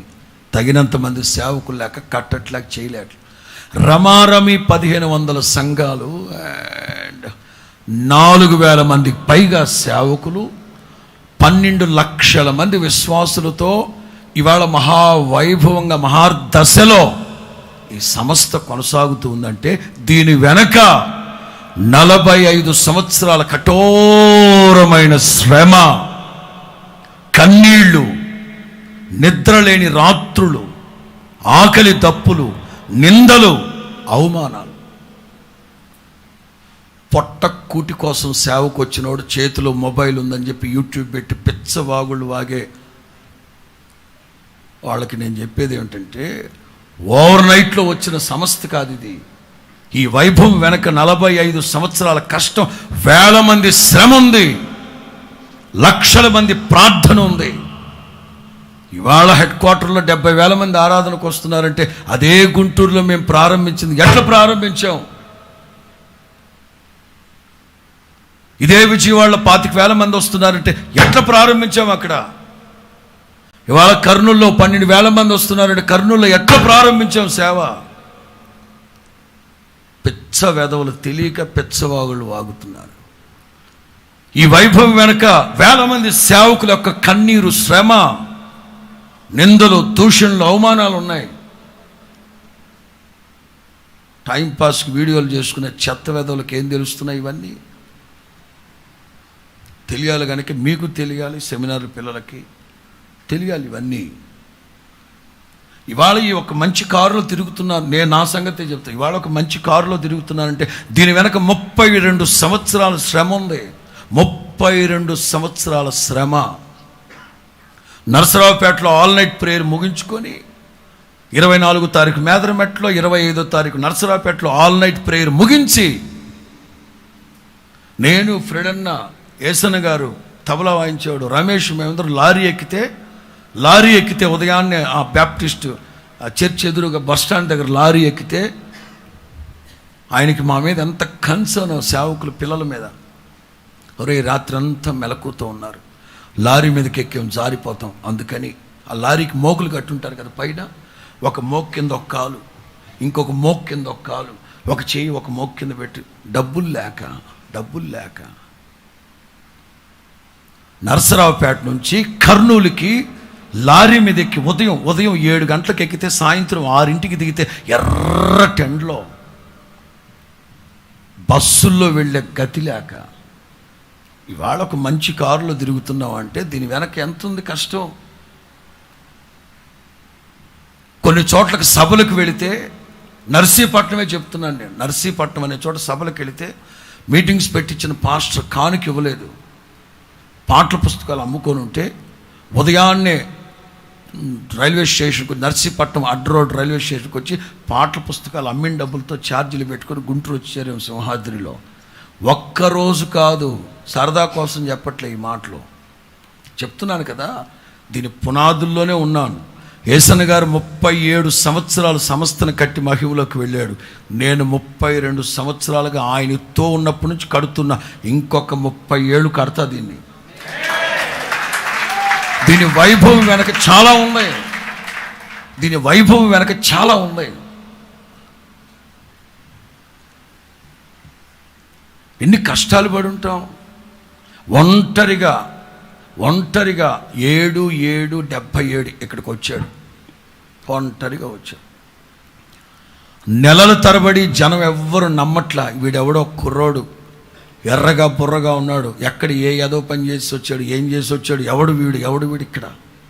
ఆ టైంలో మా అమ్మ, సరే మీరు ఆ పుస్తకాలు చదివి ఉంటారు, దగ్గరుండి ఆయనకి రోజుల తరబడి ఇక్కడే కూర్చొని వంట చేసి పెట్టి, ఆ తర్వాత ఇది కూడా గుర్తుపెట్టుకోవాలి, యేసన్న గారు ఒంటరిగా సేవ చేద్దామని వచ్చారు. యేసన్న గారితో ప్రారంభ దినాల్లో కలిసి సేవ చేసింది ఒబద్యా గారు, పెళ్ళయింది కదమ్మా. డేవిడ్ రాజు గారు పెళ్ళైనోడేగా, జాషువా పెళ్ళైనోడేగా, దేవదాస్ గారు, కృపాదానం గారు, నెల్లూరు ఆనంద్ గారు, నెహమ్యా గారు, వీళ్ళందరూ పెళ్ళైన వాళ్ళేగా. ఒక్కొక్కడికి తెలవక హోసన్న వాళ్ళు వివాహాన్ని నిషేధిస్తున్నారు. ఎవడరా నిషేధించింది? అసలు సేవ ప్రారంభించింది వాళ్ళతో యేసన్న గారు. ఎవరి దర్శనం వాళ్ళది, ఎవరి అనుగ్రహం వాళ్ళది. యేసన్న గారికి అయితే నా దేవుని అనుగ్రహం ఉంది కనుక, నా దేవుని కొరకు నపుంసకుడుగా దేవుని అనుగ్రహం పొందినవాడు కనుక అలా ఉండిపోయాడు. తెలియక మీరు ఏ స్థితిలో పిలువబడితే ఆ స్థితిలో దేవునికి నమ్మకంగా పరిచయం చేయమని. ఈ వాక్యం తెలియట్లేదా? మీరు పెళ్ళి కాకుండా ఉంటే పిలువబడ్డారా? వివాహం కోరద్దని కొరింథీ పత్రికలో చెప్పలేదా? ఇవి తెలియదు కొంతమందికి. ఒంటరిగా వచ్చాడు. ఆ తర్వాత ప్రేమక్క, రమారమి 25 ఏళ్ళు ఇక్కడ, సంఘం ఇక్కడ, రూతక్క, వీళ్ళు రాకమునుపు చాలా ఇబ్బందులు పడ్డారు, చాలా కష్టాలు పడ్డారు. ఆయన చాలా ఇబ్బందులు పడ్డారు. ఇంకన్నీ మనం చాలా చెప్పాను కదా, ఒక్కరోజుతో అయిపోయేది కాదు. ఓ నెల రోజుల పాటు చెప్పుకుంటూ వెళ్ళినా ఏదో ఒక పాయింట్ చెప్పుకున్నట్టు ఆయన. అంత దయనీయమైన అదే. అందరూ సేవ ప్రారంభించేటప్పుడు 10 మందితోనే ప్రారంభిస్తారు. ఇవాళ 1000 మంది, లక్షల మంది వస్తున్నారంటే 10 మందితో ప్రారంభించిన సేవలే, ఒక్కొక్కరితో సేవ ప్రారంభించిన సేవలే. సైమన్ గారు రాజమండ్రిలో సేవ ప్రారంభించింది మీ 3 కుటుంబాలతోనేగా, అంతేగా? మరి రాజమండ్రిలో ఇవాళ 1000 మంది వస్తున్నారంటే ఆ 3 కుటుంబాలతోనే ప్రారంభించింది సేవ. 1000 మంది వస్తున్నారు, లక్షల మంది ఇక్కడ ఒత్తికే వస్తారండి జనం. తెలియని మాటలు, తెలియని వ్యవహారాలు ఒక్కొక్కడు.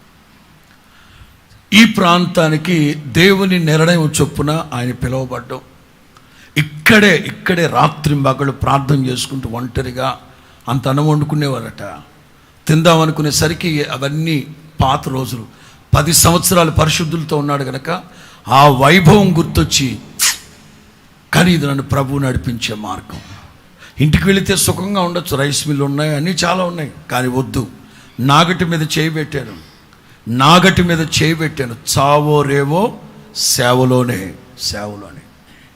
ఇలా ఎన్నో దూషణలు, అవమానాలు.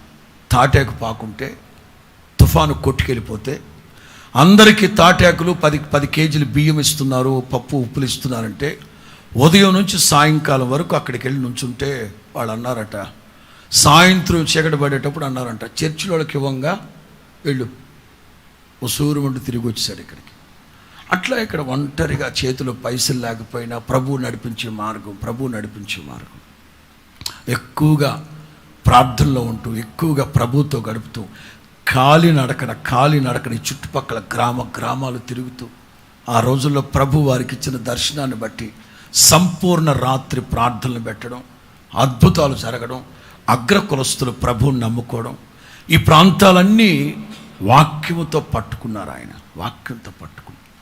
చాలామంది అడుగుతూ ఉంటారు, బైబిల్ సెమినార్ చేసావా? యేసన్న గారు చదువు లేనోడు, ఆడు చదువు లేనోడు, ఈడు చదువు లేనోడు, ఆ బైబిల్ ట్రైనింగ్, ఆ థియాలజీ, ఈ ఫిలాసఫీ ఏం చదివారు? నాదైన శైలిలో నేను ఒకటే మాట చెప్తా. యేసన్న గారికి థియాలజీ తెలీదు, ఫిలాసఫీ తెలీదు, ఏమీ తెలీదు. నీలాలజీ తెలుసు. ఎందుకు చెప్పావు రామేనని? నీలాలజీ అంటే ఏంటో తెలుసా? మోకాళ్ళ శాస్త్రం. నీల్ అంటే మోకాళ్ళు, నీలాలజీ అంటే మోకాళ్ళ శాస్త్రం తెలుసు యేసన్న గారికి. ప్రభు దగ్గర మోకరించడం మాత్రమే తెలుసు ఆయనకి. ప్రభు దగ్గర మోకరించడం మాత్రమే తెలుసు. అలాంటి పరిచర్య 77లో ఒంటరిగా ప్రారంభించబడిన ఈ పరిచర్య ఆయనతో ఉందామని వచ్చి ఆయనకే కీడు చేస్తూ చాలా సమస్యలు తీసుకొచ్చి పెట్టారు. ఆ రోజుల్లో రాసుకున్న పాటే అది. ప్రాణమిత్రులే శత్రువులై ప్రాకారాలు కూల్చి నన్ను బజారు పాలు చేస్తారు. అట్లా ఒక్కొక్క అనుభవం. తినడానికి ఉన్నా లేకపోయినా, ఉండడానికి ఉన్నా లేకపోయినా. ఎందుకంటే మాకు మా చిన్నాన్న గనక చిన్నప్పటి నుండి వేసవి సెలవుల్లో మే నెల మొదటి రోజున మేమందరం వచ్చేవాళ్ళం. మా అక్కోళ్ళు, మా అన్నోళ్ళు, మేమందరం 1వ తేదీ నుంచి రమారమి 20వ తేదీ వరకు, రమారమి 4 రోజులు ఉండేవాళ్ళం. ఇక్కడ 4 రోజులు ఉండేవాళ్ళం. ఈ కొండెక్కి దిగి కర్లపూడి వెళ్ళేవాళ్ళమే. సామ్రాజ్యం అక్క, రూతక్క, కోటమ్మ, కమలమ్మ వాళ్ళు ఉన్నారు. ఇంకా అక్కడ రాగానికి పలకరించారు. రాములు లేడు. రాములు గారు, రాములేడి? ప్రభు దగ్గరికి వెళ్ళిపోయాడా? రాములు ఫ్రెండు.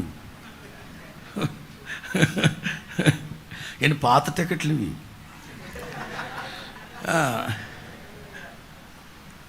మే నెలలో 4 రోజులు ఇక్కడ సెలవులకు వచ్చేవాళ్ళమి.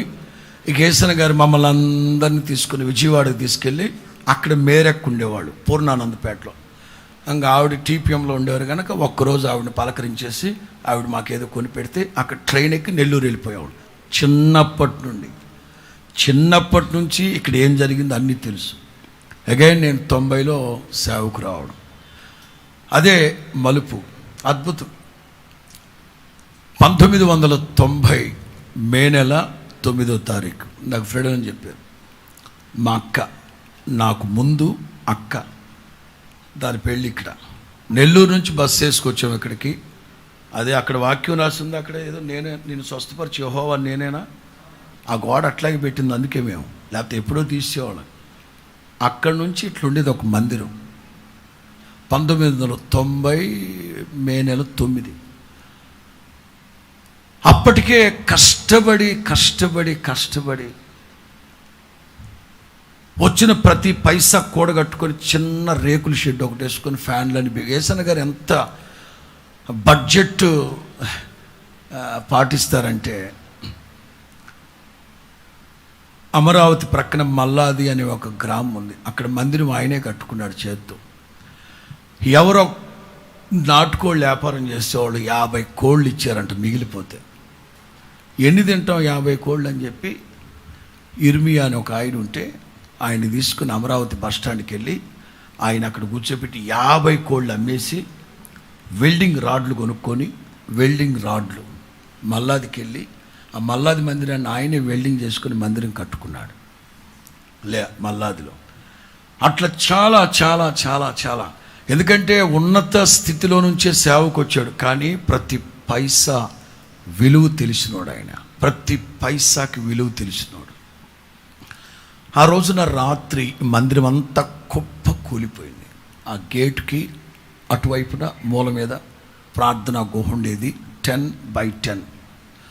మా తాత ఉండేవారు. ఆ పైన తాటాకుపాకలో మా తాత ఉండేవారు. మా తాత అదే కొన్ని ఆశ్చర్యంగా అనిపిస్తూ ఉంటాయి.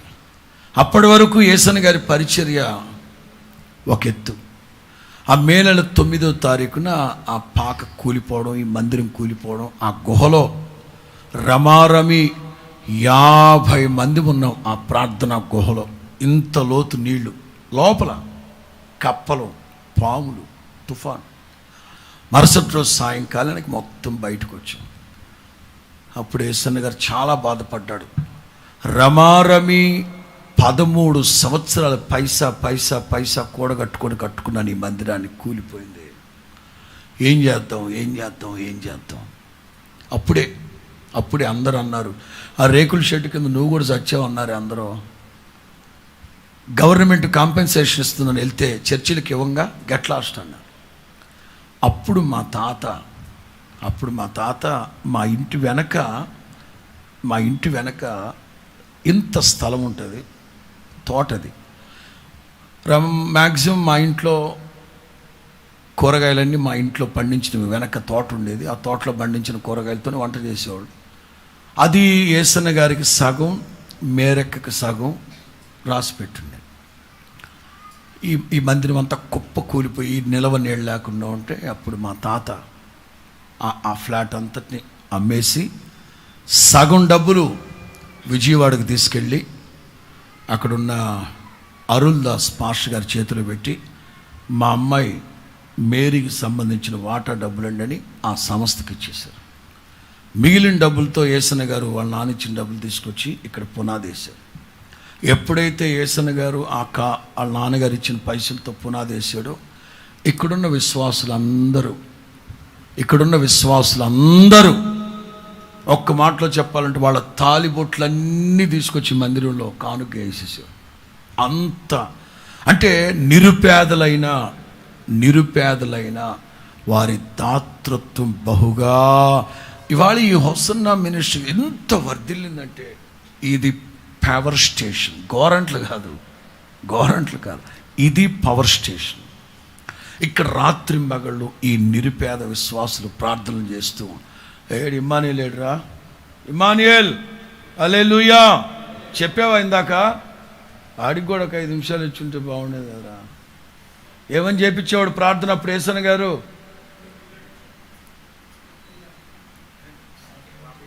ఏమని?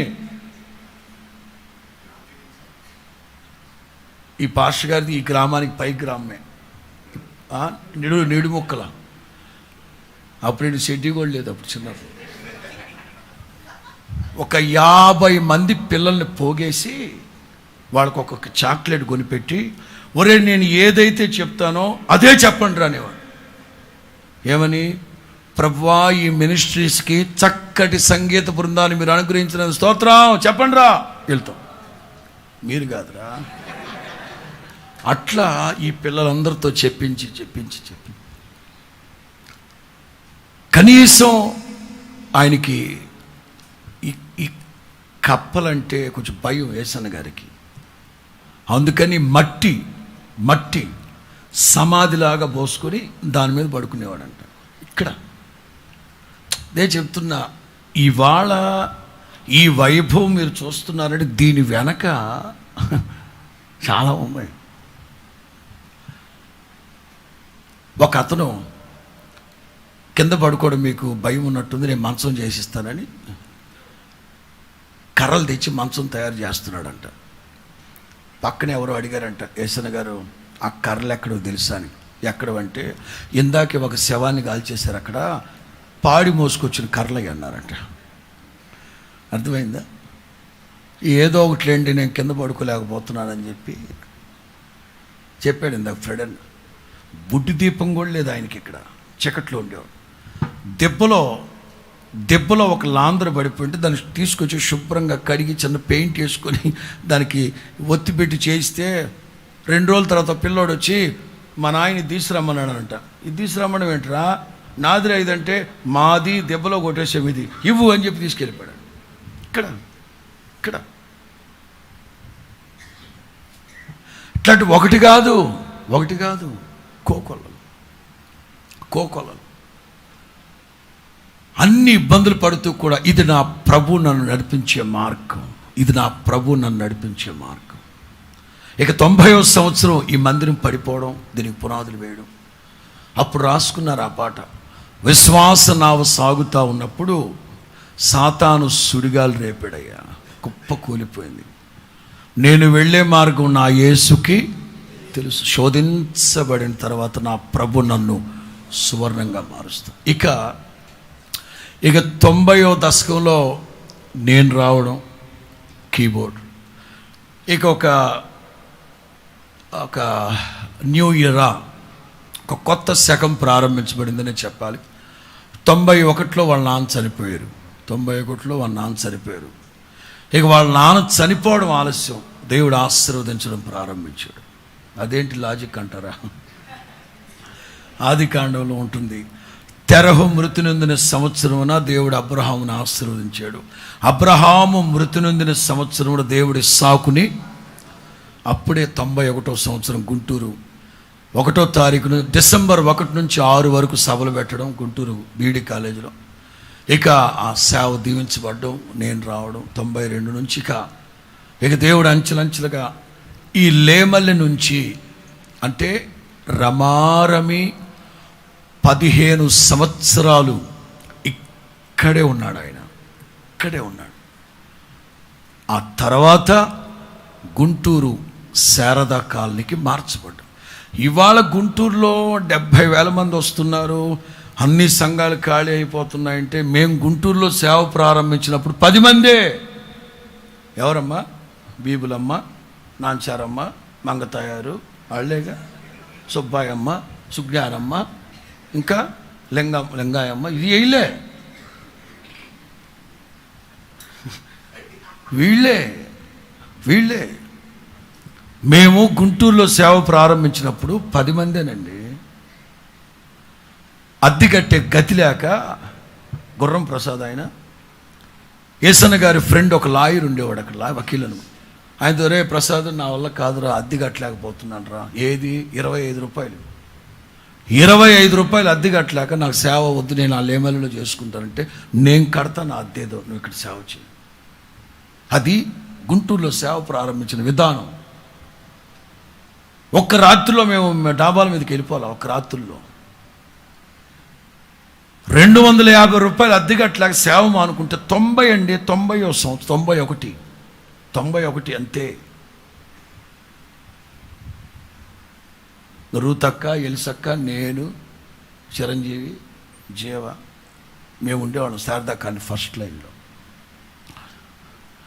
ఇక అక్కడి నుంచి ప్రార్థనలు.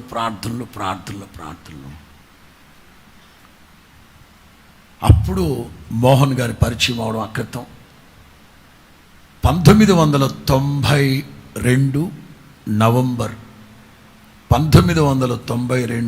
నవంబర్ మొట్టమొదటిగా దైవజనులు యేసన్న గారు సౌత్ కొరియా వెళ్ళారు. పాల్ యాంగిచో గారి దగ్గరికి సేవ ఎలా చేయాలి, సంఘాలు ఎలా కట్టాలి, అసలు సేవకుడి లక్షణాలు ఏమిటి అని church growth conference, CGC church growth conference 92 November 10 రోజుల పాటు అక్కడ ఉన్నారు. సియోల్ ఒలింపిక్ స్టేడియంలో ప్రార్థన జరిగితే 10 లక్షల మంది వచ్చి, అక్కడ యేసన్న గారు ఉదయం 9 గంటల నుంచి సాయంకాలం 6 గంటల వరకు ఏడుస్తూనే ఉన్నాడు. పక్కనున్న పిల్ల, హై ప్రార్థన జరుగుతుంటే కళ్ళు మూయవే. ఆయన మౌనం చూసి ఆయన పాటుగా మరలా ఆ పిల్ల, కడుపు నొప్పి నీకు అందంట, జ్వరం వచ్చిందా? ఆ పిల్ల అడిగిందంట, ఎందుకు ఏడుస్తున్నావు? మరి ఆయన సరదాగా, నీకేం చెప్తానమ్మా, నేను చెప్పినా నా భాష నీకు రాదని. ఆ రోజున అక్కడ ప్రార్థన చేసుకున్నాడు ఆయన. ప్రభువా, ఈ పాల్యాంగిచో ఆరాధించే దేవుడే నా దేవుడు, ఈ పాల్యాంగిచో ప్రసంగించే దేవుడినే నేను ప్రసంగిస్తున్నాను. వాళ్ళకంటే ప్రతిష్ట అది ఇదని చెప్పుకొని తిరుగుతున్నాను. ఏం నా దేశంలో ఈ ఉద్యోగం రానివ్వా, ఏం నా పరిచర్యలో ఈ మహిమను నేను చూడలేనా అని ఉదయం 9 గంటల నుంచి సాయంకాలం 6 గంటల వరకు ఎలుగెత్తి దేవుని దగ్గర ప్రార్థన చేసుకుని వచ్చాడు. అంతే. 92 నవంబర్ అన్నానా, డిసెంబర్. ఆ సంవత్సరం వాగ్దానం ఏంటో తెలుసా? 93వ సంవత్సరానికి, ఇదిగో తలుపుని ఎదుట తీసి ఉన్నాను, దాన్ని ఎవ్వడు వేయలేడు. ఇదిగో తలుపుని ఎదురు తీసిన దాన్ని ఎవడు. ఇక అంతే. ఆ తర్వాత సర్వోన్నతుల పాట కూడా రాశాం. ఆ సర్వోన్నతుల పాటలో వాగ్దానము చేసినావు, వాగ్దాన భూమిలో చేర్చినావు. జనవరి 1కే రాసుకున్నారు 2 పాటలు. ఇక్కడే రాసుకుని, ప్రేమక్క నేను మేమందరం అప్పుడు ఇక్కడే 31st నైట్ వీరేంద్ర కుమార్ గారు రోడ్డు మీద టీవీలు తీసుకొచ్చి పెట్టారు. ఇప్పుడు మీకు తెలియాలి, 1992 వరకు ఇక్కడే జరిగింది గుడారాల పండుగ. మొదటి 2-3 సంవత్సరాలు ఆ బయట కూర్చో ఉన్నారు చూడండి వాళ్ళు, అది గుడారాల పండుగ స్థలం, అది గుడారాల పండుగ స్థలం. మొదటి 2-3 గుడారాల పండుగ. ఆ తర్వాత కొంచెం దాటి వెళ్ళాం, ఆ తర్వాత సెంటర్కి వెళ్ళాం, ఆ తర్వాత సినిమా హాల్ దగ్గరికి వెళ్ళాం. 1992 వరకు ఇక్కడే జరిగాయి. 93కి అది దేవుని ప్రణాళిక, అన్నీ అట్లా జరిగాయి. 93 జనవరి సంపూర్ణ రాత్రి ప్రార్థనకి ఇక్కడికి వస్తున్నాం. అప్పట్లో 10వ తారీఖు నైటు, 20వ తారీఖు పగలు జరిగేది. జనవరి 10వ తారీఖు రాత్రి ఏసన్న గారు, వీరేంద్ర కుమార్ గారు బుల్లెట్ మీద, నేను హోండా బైక్ మీద గుంటూరులో బయలుదేరాం. అడవి, అదంతా అడవి. గుంటూరు గోరంట్ల దాటి ఇప్పుడు మన మందిరం ఉన్న చోట ఏసన్న గారి బండి ఆపమన్నారు, యూరినల్స్కి వెళ్తానన్నారు, ఆపేరు బండి. అప్పుడు బైక్ మీద వస్తా బుల్లెట్ మీద వీరేంద్ర కుమార్ గారు అన్న మాట్లాడుకుంటున్నారు. ఆ గుడారాల పండుగకి లేమల్లు అంటే అన్నీ కొంచెం కష్టమవుతున్నాయి, అన్ని ప్రయాణాలు ఎక్కువైపోతున్నాయి, సరుకులు సామాన్లతో ఇబ్బంది అని మాట్లాడుకుంటున్నారు. ఆ పని మీదే వెంటనే వీరేంద్ర కుమార్ గారు అన్నారు, బుల్లెట్ లైట్ ఇటు తిప్పి, అన్న ఇక్కడ పెడదామా అన్నారు. ఇక్కడ పెడదామంటే అది ఎవరిదో తెలియాలి కదా. ఈ 4.5 ఎకరాలు నాదే. అవునా, ఇంకంతే. వెంటనే ఏసన్న గారు లోపలికి వెళ్ళిపోయి సేకట్లో, ప్రభువా మీరు గుడారాల పండుగ జరిపిస్తూ వస్తాం.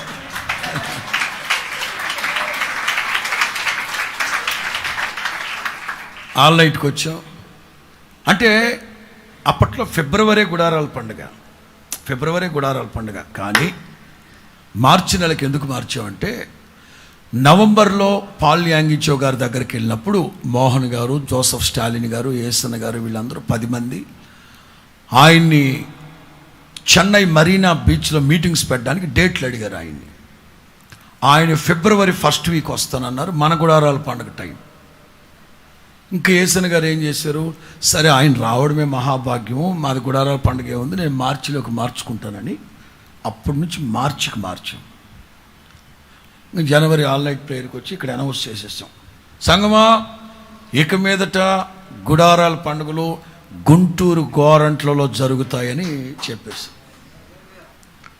ఇంకా ఆ తర్వాత అదే టైంలో ఇప్పుడు శారదా కాలనీలో ఉన్న మందిరం మార్చి 4వ తారీఖున సాయంత్రం 5 గంటలప్పుడు గుడారాల పండుగలో శారదా కాలనీలో ప్రార్థనా మందిరం ప్రారంభించి సాయంత్రానికి మరలా అది గంటలో మరలా గోరంట్లకు వచ్చి గుడారాల పండుగ. అట్లా ఓవెన్ రాబర్ట్స్ గారు ఓపెన్ చేశారు. 93లో శారదా కాలనీలో ఓపెన్ చేశాం. 97 గోరంట్లలో తాటాకు మందిరం వేశాం. అప్పుడు 93వ సంవత్సరం నుంచి గుడారాల పండుగలు గుంటూరుకు మార్చడం. ఇక దేవుడు తలుపులు తీసాడు ఏసన్న గారికి. ఆ 93వ సంవత్సరం డిసెంబర్లో ఇశ్రాయేలు దేశానికి వెళ్ళేసి వచ్చారు ఏసన్న గారు. వాగ్దానం నెరవేరింది చూడండి. వాగ్దానము చేసినావు వాగ్దాన భూమిలో నన్ను, అంటే ముందుగానే రాసి పెట్టుకున్నాడు. జనవరిలో సంవత్సరం ఆఖరిలో డిసెంబర్లో ఇశ్రాయేల్ దేశానికి వెళ్ళి వస్తూ దుబాయ్లో దిగి నాకు పెద్ద కీబోర్డ్ తీసుకొచ్చాడు. ఆయన వచ్చేసరికి హోసన్నా మినిస్ట్రీస్కి సొంత వ్యాన్, టెంపో ట్రాక్స్ అనే వ్యాన్ ఒకటి దేవుడిచ్చాడు. 93 డిసెంబర్. ఇక అక్కడి నుంచి దేవుడి పరిచర్యను ఆశీర్వదిస్తూ ఇంకా రాత్రి మగళ్ళు దేశమంతా, రాష్ట్రమంతా, ఉమ్మడి ఆంధ్రప్రదేశ్ మొత్తం ఒక పగడ్బందీ ప్రణాళికతో రాత్రి మగళ్ళు ఈ ఓవర్ నైట్లో ఎదిగిపోయింది కాదు ఇది. ఒక్కరోజు కాదు. సినిమా వాళ్ళు చెప్తూ ఉంటారు, ఒకరోజు రాత్రి నాకు అన్నం లేక పనగల పార్కులో పడుకున్నా, టీ నగర్లో పడుకున్నా. ఒక్కరోజురా నువ్వు పడుకుందా? ఒక్కరోజు అతను పడుకుంది. మేము ఏసన్న గారితో రాత్రి మగళ్ళు తిరిగిన మేము ఎన్నో రాత్రులు, నెలకి 15 ఆల్ నైట్ ప్రేయర్లు. అంటే 15 రోజులు రాత్రులు అన్నం లేదు. రాత్రంతా మెలకుతోండి పగలు రాత్రంతా మెలకుతోండి పగలు పడుకోరా. ప్రయాణాలు అట్లా కష్టపడి ఈ వైభవం వెనక వేల మంది సేవకులు రాత్రి మగళ్ళు ప్రయాసపడి వచ్చిన ప్రతి పైసా దోచుకోవడానికి ఎవ్వరూ లేరు. వచ్చిన ప్రతి పైసా ప్రభు పరిచర్యకి తప్ప ఇంకో దానికి కాదని ఆనబెట్టి చెప్తున్నాం. క్రీస్తు యేసు ఎదుట ఎవరు ఏదిచ్చినా ఎంత చేసినా దేవుని పరిచర్యకి తప్ప. ఒకటి, దేవునికి లెక్కప్పు చెప్తాం, ప్రభుత్వానికి లెక్కప్పు చెప్తాం. ప్రభుత్వాలు కళ్ళు మూసుకున్నాయా? కాదు కదా, ప్రభుత్వాలు కూడా లెక్కప్పు చెప్పాలి కదా. కైసరుకే, దేవునికి. అట్లా ప్రారంభించి ఒక మాటలో చెప్పాలంటే, ఇప్పుడు మీరు ఇక్కడ కూర్చోన్నారంటే సంవత్సరాల తరబడి యేసన్న గారు కార్చిన కన్నీటి మీద మీరు కూర్చోన్నారు. మీరు కూర్చొని ఉన్నారు. సంవత్సరాల తరబడి ఉపవాసాలుండి ఇదిగో ఈ కాంపౌండ్ అంతా మోకాళ్ళ మీద రాత్రి జాముల్లో మోకాళ్ళ మీద ఈ కాంపౌండ్ అంతా తిరిగి ప్రార్థన చేసేవాడు. కొద్దిగతో ప్రారంభించబడిన ఈ పరిచర్య నేటి దినాన 10 లక్షల మందికి పైగా విశ్వాసులతో, వేల సంఘాలతో, వేల మంది సేవకులతో వర్ధిల్లుతూ దేవుని మహిమార్థమై ముందుకు సాగుతూ ఉందంటే, ఇదిగో విశ్వాసుల ప్రార్థన, సేవకుల యొక్క కష్టము, ప్రయాస, మీ అందరి విశ్వాసుల యొక్క త్యాగం. అలా యేసన్న గారు, అది నాకు బాగా తెలుసు, యేసన్న గారి జీవితాన్ని 10 సంవత్సరాలుగా విభజించుకుంటూ వెళితే 10 సంవత్సరాలు పరిశుద్ధుల సేవలో ఉన్నారు, వాళ్ళతో ఉన్నారు. ఆ తర్వాత వచ్చేసారు. ఆ తర్వాత 90 నుంచి 2000, వినండి, 90 నుంచి 2000 సంవత్సరం వరకు విస్తృతంగా సేవ, సువార్త, స్వస్థత మహాసభలు, స్వస్థ 10 సంవత్సరాల పాటు దున్నేశారు. నేను లేని ఆయన లేరు, ఆయన లేని నేను లేను. రాత్రి మగళ్ళు ఆయనతోనే ఉన్నాం. నేను కానీ, రమేష్ కానీ, ఫ్రెడ్ అన్న కానీ మేము ఉన్నాం. ఇది ఒక 10 years, ఒక దశాబ్దం. 2000 సంవత్సరం నుంచి 2010 వరకు సంఘ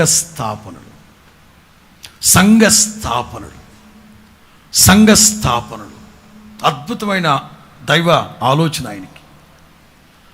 10 సంవత్సరాల పాటు విస్తృతంగా సంఘాలు స్థాపిస్తూ, సేవకుల్ని ప్రోత్సహిస్తూ, సేవకుల్ని తీసుకుంటూ,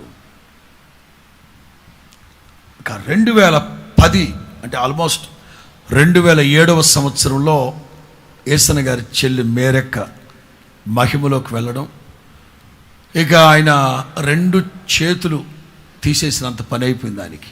అక్కుంటే అన్నీ ఆవిడే చూసుకుంటూ వచ్చారు. ఆ తర్వాత ప్రేమక్క గోరంట్లు రావడం, ఇక యేసన్న గారు కొంచెం తగ్గించుకొని 10 ఏళ్ళు 19 to 2000 సువార్త సభలు, 2000 up to 2010 సంఘ స్థాపనలు, సేవకుల యొక్క ఎదుగుదల చూసి చక్కగా ఇక అక్కడి నుంచి సంఘ స్థాపన చేస్తూ మాతో చెప్తా వచ్చారు. ఇక ఆల్మోస్ట్ 2010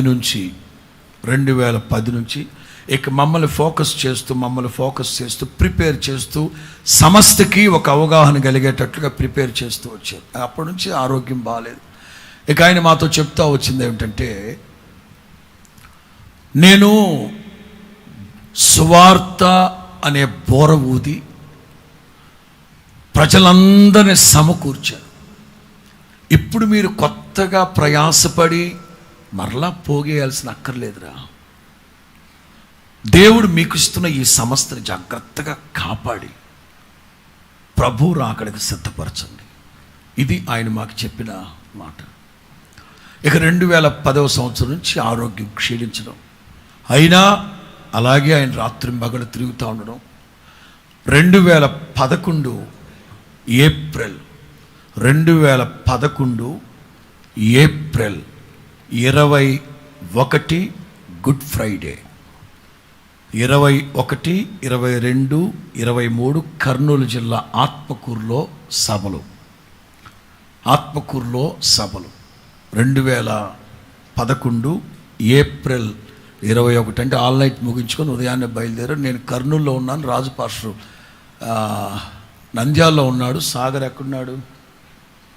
నువ్వు ఎక్కడున్నావురా? సభలు జరిపించింది నువ్వే అప్పుడు. ఆడే కర్నూలు సెంటర్ పాస్టర్. ఆ రోజు 21వ తారీఖు నేను గుడ్ ఫ్రైడే ఆరాధనలో కర్నూలులో ఉన్నాను. రాజు పాస్టర్ నంద్యాలలో ఉన్నాడు, వాడు కర్నూలులో ఉన్నాడు. సభలో రాజు పాస్టర్ మొదటి రోజు స్పీకర్, నేను అందరూ వచ్చేయాలి. వచ్చాం అన్న రాజు పాస్టర్ వాక్యం చెప్పేటప్పుడు నాకు ఫోన్ చేశారు.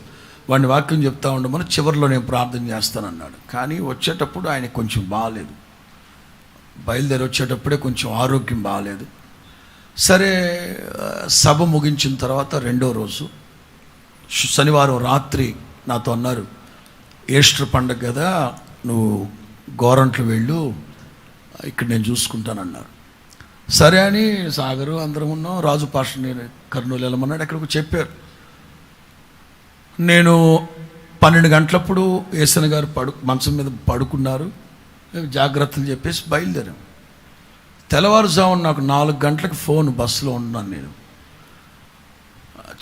ఫోన్ చేస్తే ఏసన్న గారు ఏమన్నా అంటే, చాలాసేపు నుంచి ట్రై చేస్తున్నాను రా నీకు అని భారంగా మాట్లాడుతున్నాను. అంటే ఘాట్ రోడ్డు కదన్నా, నాకు సిగ్నల్ లేదన్న. ఏమైందంటే అర్జెంటుగా నా రూమ్ దగ్గరికి రమ్మన్నారు. అర్జెంటుగా రావడం ఏంటి, నేను ఆల్రెడీ డోర్నాల్ దిగేసింది బస్సు. ఇలా సరే, ఎట్లా ఏమైంది అన్నాడు. నేను మంచం మీద నుంచి కింద పడిపోయినాను, పైకి లెగలేకపోతున్నాను, ఎవరినన్నా రమ్మను. వెంటనే వాడికి ఫోన్ చేశాను, సాగర్కి, అర్జెంటుగా వెళ్ళండి అంటే రాజు పాస్టర్ గారు వీళ్ళందరూ వెళితే ఆ పెయిన్ తట్టుకోలేక కింద పడిపోయింది. మంచం మీద తీసుకొచ్చి పడుకోబెట్టి రమారమి 3 రోజుల పాటు అక్కడే ఉండిపోయారు ఆయన, హోటల్లో రాలేక. ఇక అక్కడి నుంచి మరణం తరుముకుంటూ వచ్చింది ఆయన్ని. ఇక అక్కడి నుంచి మరణం వెంటాడుతూ వచ్చింది. 2011 ఏప్రిల్ 21 గుడ్ ఫ్రైడే రోజు. ఇక అక్కడి నుంచి ఇక నేను ఆయన చనిపోయేంత వరకు నేను కూడా సేవ చేయలేదనే చెప్పాలి. రాజమండ్రిలో ఉండేవాడిని. రమారమి ఆయన చనిపోయేంత వరకు నేను రాజమండ్రిలో సేవ చేయలేదని చెప్పాలి. ఆయన మంచం దగ్గరే ఉన్నాం అందరూ. ఆ టైంలో ఆయన సంతోషపెడుతూ, ఆయనకు పాటలు పాడుతూ, ఆయన ఏదన్నా అడిగితే చేసి పెట్టిన, ఆయనతో మాట్లాడుతూ ఉండేది. అట్లా జాగ్రత్తగా తీసుకుంటూ వచ్చాం. 2012 ఫిబ్రవరి 1వ వారం నేను చెన్నైలో రికార్డింగ్లో ఉన్నాను. వీళ్ళందరూ ఫోన్ల మీద ఫోన్లు చేశారు. సొంతోడు మీరేనంట కదా, మీరు వచ్చి సంతకం పెడితే ఏదో చేస్తూ ఉన్నారు. రికార్డింగ్లో ఉన్నానండి అంటే అర్జెంటుగా బయలుదేరి రమ్మన్నారు. చూస్తే ఆయనకి బాగాలేదు. నాతో పాటు మోహన్ గారు వచ్చారు. మోహన్ గారు ప్రార్థన చేస్తూ ఉంటే ఏసన్న గారు ఆయనతో చెప్తున్నారు, నేను ఇప్పుడే చనిపోను, ఒక 6 నెలల్లో టైం అడిగాను దేవుణ్ణి. ఫస్ట్ వీక్ ఫిబ్రవరి 1 ఒక 6 నెలలు సమయం అడిగాను, ఈ సమస్త విషయాలన్నీ కాస్త చక్కబెట్టాలి అంటే. ఆయన ట్రీట్మెంట్ చేద్దామంటే వద్దొద్దు ప్రభు దగ్గరికి వెళ్ళిపోదాం. ఇక మార్చి గుడారాల పండుగలో మీకు తెలిసిందే, ఒక్కొక్కళ్ళు చనిపోయారని చెప్పడం, ఇట్లాంటివన్నీ చెప్తా ఉంటే నేను TV9 వాళ్ళని పిలిపించి TV9లో ఒక 7 నిమిషాలు యాడ్ ఇప్పించాను ఏసన్న గారితో. గుడారాల పండుగ అన్నీ సిద్ధపరిచారు, పిల్లలు మీరు ఎప్పుడు వస్తున్నారు, మీకోసం ఎదురు చూస్తున్నాను రండి అని. అది అయిపోయిన తర్వాత ఇక అట్లా ఒక 2-3 మంత్స్, జూన్ 10 వేసవికాలంలో నా దగ్గరకు వస్తానన్నారు రాజమండ్రికి. ఎండలు బాగా తీవ్రంగా ఉన్నాయి, తొలకరి వర్షాలు పడ్డాక వస్తారన్నాను. జూన్ 10వ తారీఖున నాకు డేట్ ఇచ్చారు, ఆదివారం. నేను అన్నీ ఏర్పాటు చేసుకున్నాను. అక్కడ ఉదయాన్నే బయలుదేరారట. అదే కొంచెం లేట్ అవుతుంది రావడం. ఏమైంది అంటే మొత్తం మీద ఏసన్న గారు వచ్చారు, కారులో ఉన్నారు, నిన్ను రమ్మంటున్నారు ఏసన్న గారు అని వాడు రాజేష్ డ్రైవర్ చెప్పాడు. నేను ఎవరితో పాటలు పాడమని చెప్పి నేను తిన్న కారు దగ్గరికి వెళ్ళాను. కారు ఎక్కమన్నాడు. ఫ్రంట్ సీట్లో ఎక్కాక ఈ లుంగి కిందకి జరిపి చూపెట్టాడు. చూస్తే ఈ తొడ 2 ముక్కలు అయిపోయినది, ఎముక విరిగిపోయి 2 ముక్కలు అయిపోయినది. ఏమిటిదన్నా? ఉదయం స్నానం చేద్దామని బాత్రూంలోకి వెళ్తుంటే కాలు జారి పడిపోయింది, విరిగిపోయింది. ఈ 2 వేళ్ళు కూడా విరిగిపోయినాయి. వెంటనే నేను రాజేష్ నన్ను, ఎరా బుద్ధి తక్కువ చెప్పాలి, ఎందుకు వచ్చారా మీరంటే, ఇంకేసన్న గారు అన్నారు, నేనే చెప్పొద్దన్నానని నేను ఇక్కడికి రాకపోతే ప్రజలు నిన్నేమనుకుంటారు? నిన్నేమన్నా అంటే నేను ఊరుకుంటానా? అందుకే కాలు ఇరిగిపోయినా వచ్చేసాను ఇక్కడికి. స్నానం చేద్దామని తెల్లవారుజామున 5 లెగిసి తట్టుకొని కింద పడిపోయాడు. పడ్డం ఈ చెయ్యి ఇట్లాగే పడిపోయింది, తొడ విరిగిపోయింది. అయినా ఇవాళ యేసన్న గారిని దూషించి మాట్లాడి వెటకారంగా మాట్లాడే వాళ్ళకి కనీసం ఇవి తెలిస్తే మంచిదని, ఏదో ఎవరో సానుభూతి కోరుకొని కాదు ఈ మాటలు చెప్పేది, కనీసం ఇవి తెలియాలి. ఈ వైభవం వెనక అంత శ్రమ ఉంది. కాలు 2 మొక్కలైపోతే, తొడ చేతులు 2 వేళ్ళు విరిగిపోతే గుంటూరు నుంచి రాజమండ్రికి వర్షంలో వచ్చాడు ఆయన. వెంటనే బండి తీరా బయలుదేరదాం పదన్నాను. నీకు సింగపూర్లో కార్డ్లెస్ మైక్ ఒకటి కొనిపెట్టా, నీకు ఎక్కడుంది అది? ఆ మైక్ సంగతి ఎందుకయ్యా స్వామి, వెళ్దాం పదమని. జనం వచ్చి వాక్యం చెప్పకపోతే ఎట్లా? నేను ఎక్కడో వెతికి సెల్ వేసుకొచ్చి ఇస్తే అరగంట సేపు వాక్యం చెప్పి కారులో కూర్చొని అరగంట సేపు వాక్యం చెప్పి చివరి ప్రార్థన ఆయనే చేసి వెళదాం పదాన్ని నేను బయలుదేరుతామా. జనానికి ప్రార్థన చేయకుండా వస్తావా? జనానికి ప్రార్థన చేసేసి రాత్రికి రా నువ్వు అని నన్ను కారులోంచి దించి బయలుదేరుకుంటూ వెళ్ళాడు. మహామనీషి ఎవడున్నాడు ఈ రోజుల్లో అట్లాంటి సేవకుడు? అది జూన్ 10. ఎన్నో సందర్భాల్లో మరణ పంచుల వరకు వెళ్ళిపోయాడు, కానీ ప్రార్థన చేసుకున్నాడు, పళ్ళు బిగబట్టుకున్నాడు. చెన్నై వెళుతూ ఉన్నాం అందరం ఏదో ఒకటి బతికించుకోవాలి కదా అని నెల్లూరు దాటాం, గూడూరు దాటాం. ఉలవపాడు దగ్గర అందరిని బిర్యానీ తినరమ్మన్నాడు, అందరిని పంపించాడు. నన్ను అంబులెన్స్లో పిలిపించుకొని కూర్చోబెట్టి చాలా విషయాలు మాట్లాడాడు. జీవనన్న ఉంటే జీవనన్న కిందకి దించి నన్ను ఒక్కడిని కూర్చోబెట్టి చాలా విషయాలు మాట్లాడాడు. సరే అందరూ వచ్చిన తర్వాత మరలా బయలుదేరి గూడూరు దగ్గరికి వెళ్తూ ఉంటే గట్టిగా పట్టుకుని లాగి పైన పడుకోబెట్టుకొని వీళ్ళందరూ సరే తీసుకెళ్దాం అంటున్నారా. నువ్వు కూడా నా విశ్వాసాన్ని కాపాడకపోతే ఎలాగరా? నా మాట విను, వెనక్కి వెళ్ళిపోదాం. ఇంకా అంతే, వెనక్కి వచ్చేసాం. మరలా అదే రూట్లో ఆఖరి ఐ థింక్ జూలై 27 మొన్న అబ్రాం వెళ్ళింది ఆ రోజే కదా, అది జూలై 27 అనుకుంటాను. అట్లాగే రక్తపు మడుగులో ఉన్నాడు ఆయన. అంబులెన్స్లోనే వెళ్ళాం, చర్చి ఓపెన్ చేశాడు, కాసేపు వాక్యం చెప్పాడు. ఇక కూర్చోలేక రే వెస్లీ వాక్యం చెప్పు, ఒక అరగంట సరిపోద్దా అన్నాడు. సరిపోద్దంటే చూడు సరిపోద్దు సర్దుకో అన్నాడు. చెప్పి ఆఖరి చర్చి ఓపెనింగ్ వచ్చేసాడు. ఇక ఆ వారం రోజులు పెద్దగా ఎవరితో మాట్లాడకుండా ప్రశాంతంగా ఉన్నారు. ఆగస్టు 1st వీక్ 7వ తారీఖు విజయవాడ ఆన్లైన్, 6వ తారీఖు క్లాస్ చెప్పాడు. ఆ వీడియో ఉందా నీ దగ్గర? ఉండాలి. వీడియో తీసావు, స్తంభం చాటు నుంచి తీసావు నువ్వు. ఏది అవి కదా ఉండాలా? ఉంటుంది తవ్వకాల్లో ఎతికి ఎక్కడో దగ్గర నువ్వు తీసావు. దొంగ చాటుగా పిల్లర్ చాటు దాక్కొని తీసావు నువ్వు. ఉంది, నాకు తెలుసు. వెతకండి కొంచెం, అది ఇవ్వాలి ప్రజలకి. ఆఖరి మెసేజ్ అది. ఆగస్టు 6వ తారీఖున వాక్యం చెప్పాడు. బైబిల్ సెమినార్ వర్షం, గొడుగు తీసుకొస్తున్నాం అంటే నన్ను తీసుకెళ్తారు, లేదంటే మంచం పట్టుకుని వచ్చాం వర్షం. వాక్యం చెప్పి వెళ్ళి పడుకున్నాను. 7వ తారీఖు నేను విజయవాడ ఆన్లైన్కి వెళ్ళి వాక్యం చెప్పన్నారు. వాక్యానికి పంపించేటప్పుడు త్వరగా వచ్చేయమన్నాడు. నేను విజయవాడ వెళ్ళిన దగ్గర నుంచి ఫోన్లు చేస్తాను, ఎలా ఉన్నారు. వాక్యం ముగించి కూర్చునేటప్పుడు ఫోన్ చేశారు, అన్న కలవరిస్తున్నారు, అర్జెంటుగా వచ్చాను. తెల్లవారుజామున వెళ్ళాను 5ంటికి. ఇక అందరం కూర్చోన్నాం. ఇక ఆయన దండం పెట్టి, మీకు దేవదూతలకి మధ్యలో జరుగుతున్న సంఘర్షణలో నేను సమిధిగా మారిపోతున్నాను రా. మీరు ప్రార్థన చేస్తుంటే మీరు ఇట్లాగే చూపెట్టాడు. మీరు ధ్వజమెత్తి ప్రార్థన చేస్తుంటే దేవదూతలు వెనక్కి తగ్గుతున్నారు, కానీ ఈ శారీరకంగా నేను బాధపడుతున్నాను ఇక్కడ. నా మాట వినండిరా, ప్రభు చిత్తానికి అప్పచెప్పి ప్రార్థన చేయండిరా అని బతిమలాడు. 8వ తారీఖు ఉదయం నేను ఆన్లైన్ ప్రేయర్ ముగించుకొని వచ్చాను. మేము అందరం కూర్చున్నాము, సేవకులందరం మంచం చుట్టూ. వీడైతే శాఖర్ దగ్గరే ఉండేవాడు. చుట్టూ ప్రార్థన చేసాం. 6 గంటలకి జస్ట్ అట్ హాస్పిటల్కి తీసుకెళ్ళారు. నేను పైకి వెళ్ళి పడుకున్నాను. మరలా ఫోన్ వచ్చింది, కొంచెం ఇబ్బందిగా ఉంది, మీరు వచ్చేయండి. అందరం వెళ్ళి కూర్చున్నాం. అక్కడ కూర్చొని స్తోత్రాలు చెప్తా ఉన్నాం, ప్రశాంతంగా ఉన్నారు. అప్పుడు కూడా పిలిచి చెప్పారు, నాకు ఆఖరి గడియ అని తెలిస్తే నన్ను మెమోరియల్ హాల్లో తీసుకెళ్ళి పడుకోబెట్టండి అన్న. వెంటనే సాయంత్రం తీసుకొచ్చి పడుకోబెట్టాం. 8 ఈవేళ అప్పుడు ప్రశాంతంగా ప్రభు దగ్గరికి వెళ్ళిపోయాడు.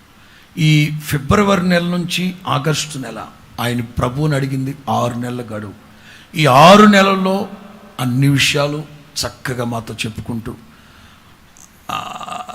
కొన్ని విషయాలు అయితే క్షమాపణ అడిగేవాడు. ఎందుకంటే ఇప్పుడు కాకపోతే ఇంకెప్పుడు క్షమాపణ అడుగుతాడు. మేము గనక కొంచెం మొహమాట పడుతూ ఉంటే, మనసు విప్పి మాట్లాడండిరా, ఇంకెప్పుడు మనసు విప్పి మాట్లాడతారా నాతో అని చెప్పించుకొని ఒక చిన్న పిల్లోళ్ళలాగా ఆయన మనసులో ఉన్న భావాలని చెప్పి ఇట్లా చేసుకుంటూ వెళ్ళండి జాగ్రత్తగాని చాలా విషయం. మరి ఇవాల్టి వరకు క్రీస్తు యేసు ఎదుట ఆనబెట్టి చెప్తున్నాను, ఆయన చెప్పిన ఒక్క మాట తూచా తప్పకుండా పాటిస్తున్నాము, సందేహమే లేదు. క్రీస్తు యేసు ఎదుట ఆనబెట్టి చెప్తున్నాను ఆ మాట. ఆయన ఏదైతే చెప్పారో మాకు అట్లాగే మేం మాట్లాడుకొని మేం సరిదిద్దుకుని మేం డిస్కస్ చేసుకునే విషయం.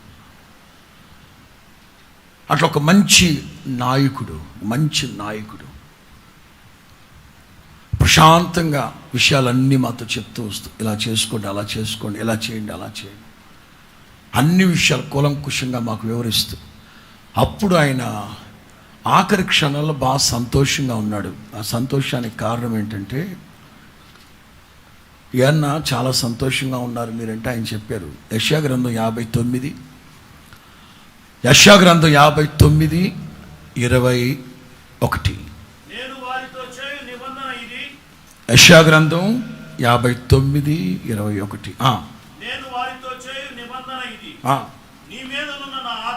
ఏసన్నా నీ మీదనున్న నా ఆత్మను, నేను నీ నోట ఉంచిన మాటలను నీ నోట నుండి, నీ పిల్లల నోట నుండి, నీ పిల్లల పిల్లల నోట నుండి ఈ కాలము మొదలుకొని ఎల్లప్పుడూ తొలగిపోవు.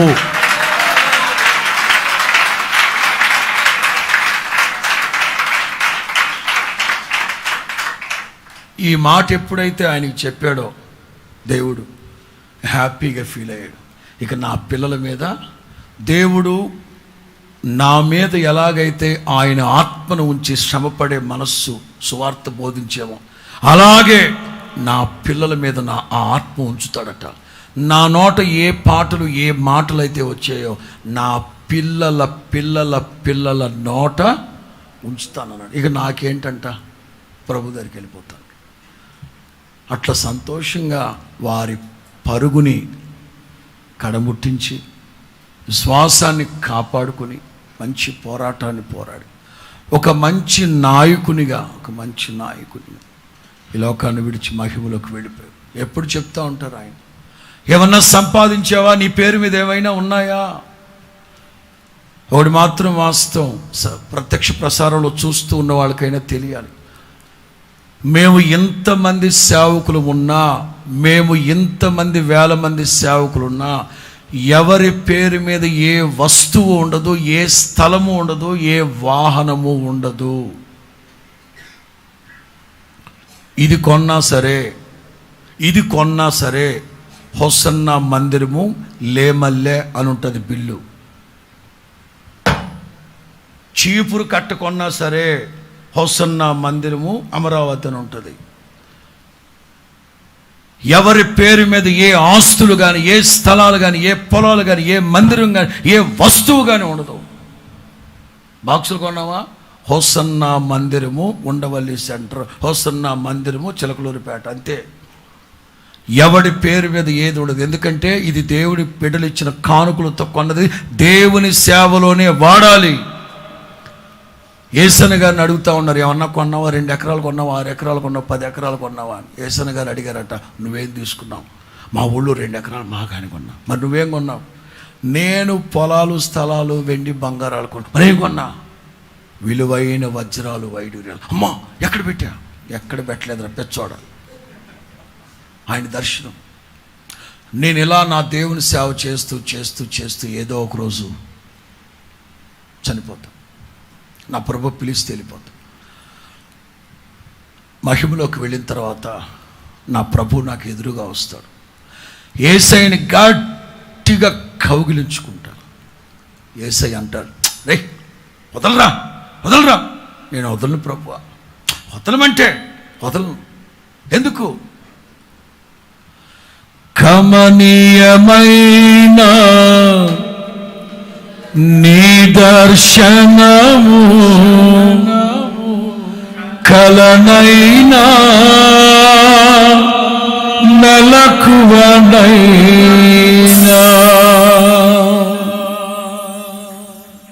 కమనీయమైన నీ దర్శనము కలనైనా మెలకువనైనా కనబడినా నా ఆశలు తీరవే కనిపెట్టుచుంటిని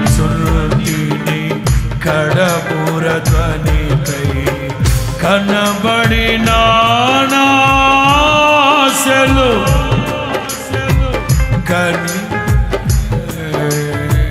కడబూర ధ్వనిపై.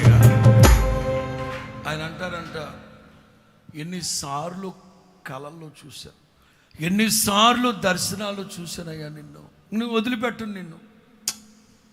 ఆగరా, ఆగికిడా అని యేసన్న గారిని బలవంతంగా ఒక చోట ఆపి లోపలికి వెళ్ళి ఒక కిరీటం తెస్తాడంట.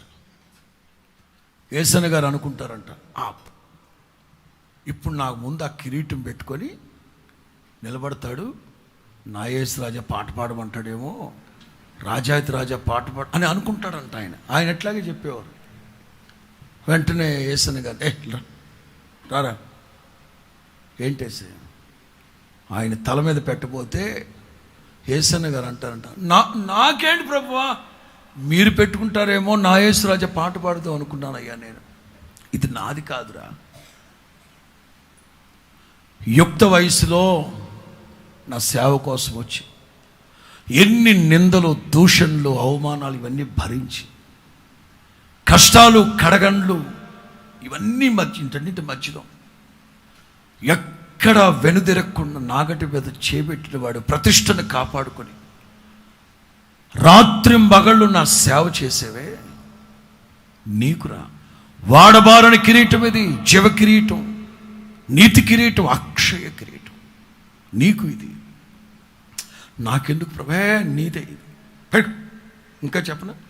అరే ఆ కిరీటంలో వజ్రాలు, ముత్యాలు ఉన్నాయా? ఉన్నాయి ప్రభువా. ఏంటో చూడవి. చూస్తే ఐ థింక్ హోసన్నా మినిస్ట్రీస్గా 37 సంవత్సరాలు, పరిశుద్ధులతో కలిసి 10 ఏళ్ళు, రమారమి 47 సంవత్సరాలుగా ఆయన వాక్యం ద్వారా కన్న ఆత్మలు ఉన్నాయే, అవన్నీ ఆ కిరీటంలో పొదిగించబడి ఉన్నారట. ఆయన చూస్తే అందులో వీళ్ళందరూ ఉన్నారంటే, లేమల్లి విశ్వాసులు అందరూ ఉన్నారంట.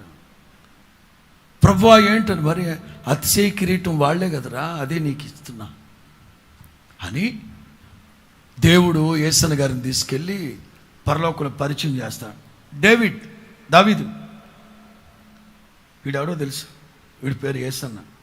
వందనాలండి. దావీదు నీకులాగా పాటలు రాసి పాడుతూ ఉంటాడు తెలుసా వీడు. యేసన్న గారు అంట, ఊరుకో బోధకుడు ప్రభువా అట్లా చెప్తాడు ఆయన. అంటే he involved in spiritual sense. ఆ ఆత్మలో ఆయన చూస్తున్నదే, సెన్స్ గ్రహించిందే చెప్పేవాడు ఆయన. అందుకే ఆ పాటలో రాశాం, అమరలోకాన శుద్ధులతో పరిచయమై నన్ను అప్పుడు ఆయనకి ఏం చేయాలో తెలియదంట. పేతురుని పిలుస్తాడట యేసయ్య. పేతురు ఇల్రా, ఆగుబోతు కూడా ఎవడు పడితే లోనికి వచ్చేస్తాడు, తాళపు చీవు నా దగ్గర, నువ్వు ఎరా వీడు యేసన్నా అని. వీడు వందనాలు సార్. అవి యేసన్న గారు చూస్తే అంటే పేతురు గారు మీరేగా అప్పుడు కోడి గొయ్యకు ఆ కోడి సంగతి ఇప్పుడేమి దాంట్లో. అట్లా మమ్మల్ని కూర్చోబెట్టి ఎంత చక్కగా, ఎంత ఇన్నోసెంట్గా, హ్యాట్స్ ఆఫ్. అలాంటి నాయకుడు పుట్టడు కూడా. Very very pleasant and meek and peaceful and humble, విధేయుడు, వినయ మనస్కుడు, సంస్కారవంతమైన సేవకుడు అండ్ తగ్గింపు, ఎక్కడ గర్వానికి అహంకారానికి చోటు లేకుండా. ఎస్పెషల్లీ నన్ను రమేష్ని అయితే తొక్కి మరీ తొక్క తీసాడు. మా ఇద్దరికి ఎక్కువ మేమిద్దరమే ఉన్నాం ఆయనతో. అందుకే మేము అప్పుడప్పుడు ఆ పాటలో రాసుకున్నాం, ఈ సత్య మార్గంలో నేర్చుకున్న అనుభవాలే మమ్మల్ని ఈ విధంగా. అది గొప్ప భాగ్యం.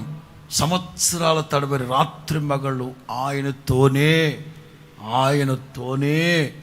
రాత్రి మగళ్ళు గడపడం అంత భాగ్యం అది నాకు. మీరు కూడా భాగ్యవంతులే. ఒకవేళ ఆయన చూడకపోయినా ఆయన కన్నీరు కార్చిన ఈ చోట మిమ్మల్ని ఇన్స్పైర్ చేయడానికే ఇక్కడ తీసుకొచ్చింది. మిమ్మల్ని ఆధ్యాత్మికంగా వారి సాక్ష్యాన్ని చెప్పి ప్రభావితం చేయడానికి మిమ్మల్ని ఇక్కడికి తీసుకొచ్చింది. ప్రార్థన చేసుకోండి.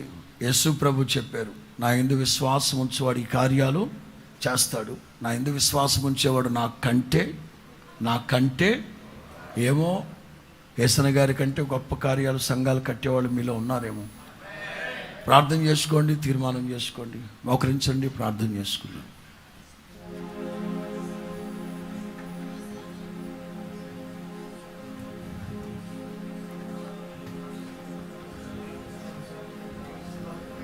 అందరూ మోకరించి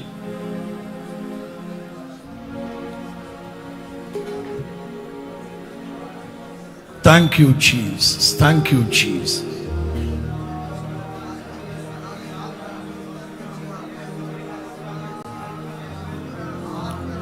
హల్లెలూయా, హల్లెలూయా. ఈ మైనర్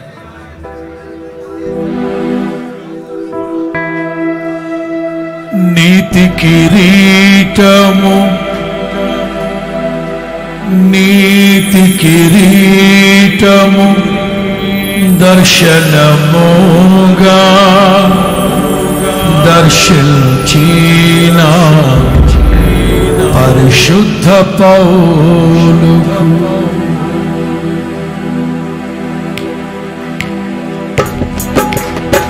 నీతి కిరీటము దర్శనముగా దర్శించిన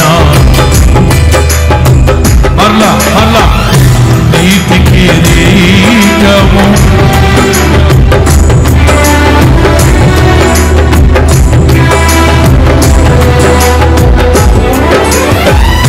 విశ్వాసము కాచిన జయ జీవితము ఇచ్చినావు. విశ్వాసము కాచినావు, జయ జీవితము ఇచ్చినావు. సర్వోన్నతుడా ఆశ్రయ పాడాలి. సర్వోన్నతుడా నీవే నాకు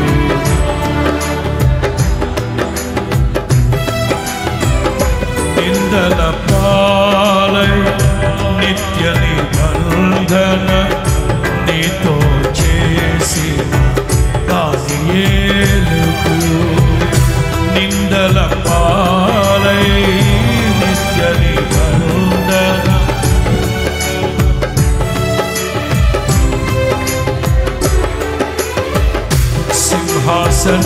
సింహాసనమిచ్చినా నోళ్ళను మూసినావు, సింహాసనమిచ్చి సింహాల నోళ్ళను మూసినావు. సర్వోన్నతుడా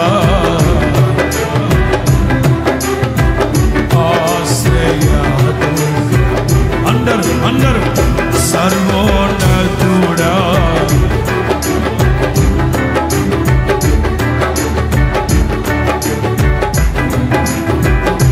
ఎవరే నాకు ఇలలో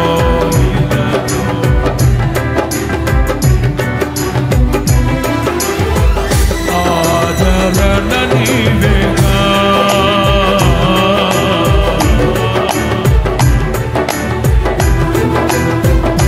ఆదరణ నీవేగా, నీవేగా, ఆదరణ నీవేగా.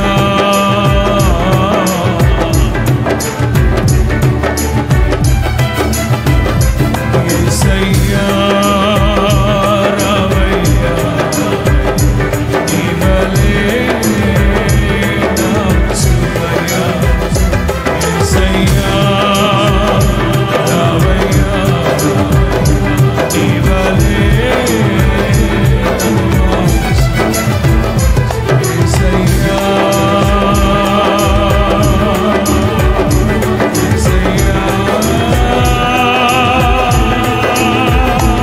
యేసయ్యా,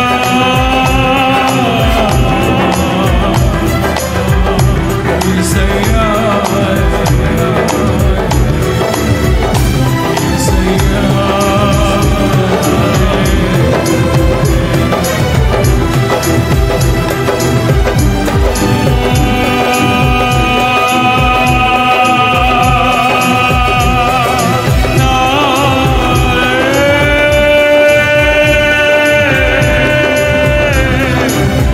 హరే నా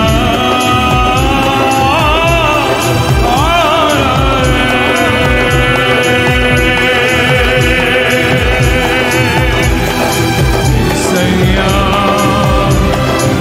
యేసయ్యా,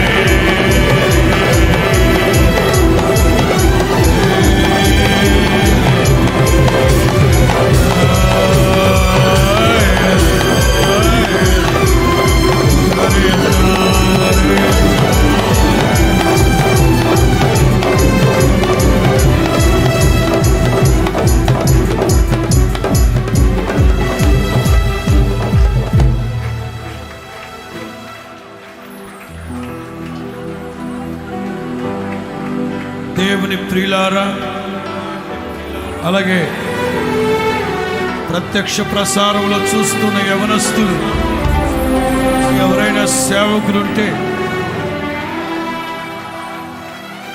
వారి సాక్ష్యము ద్వారా మీరు ధైర్యపరచబడాలని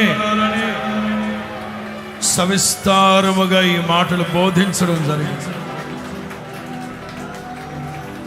బైబిల్ సెమినార్ విద్యార్థులారా,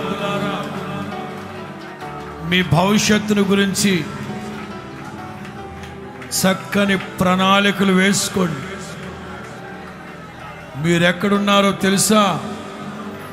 మీరెక్కడున్నారో తెలుసా? దశాబ్దాల పాటు కన్నీటితో తడిచిన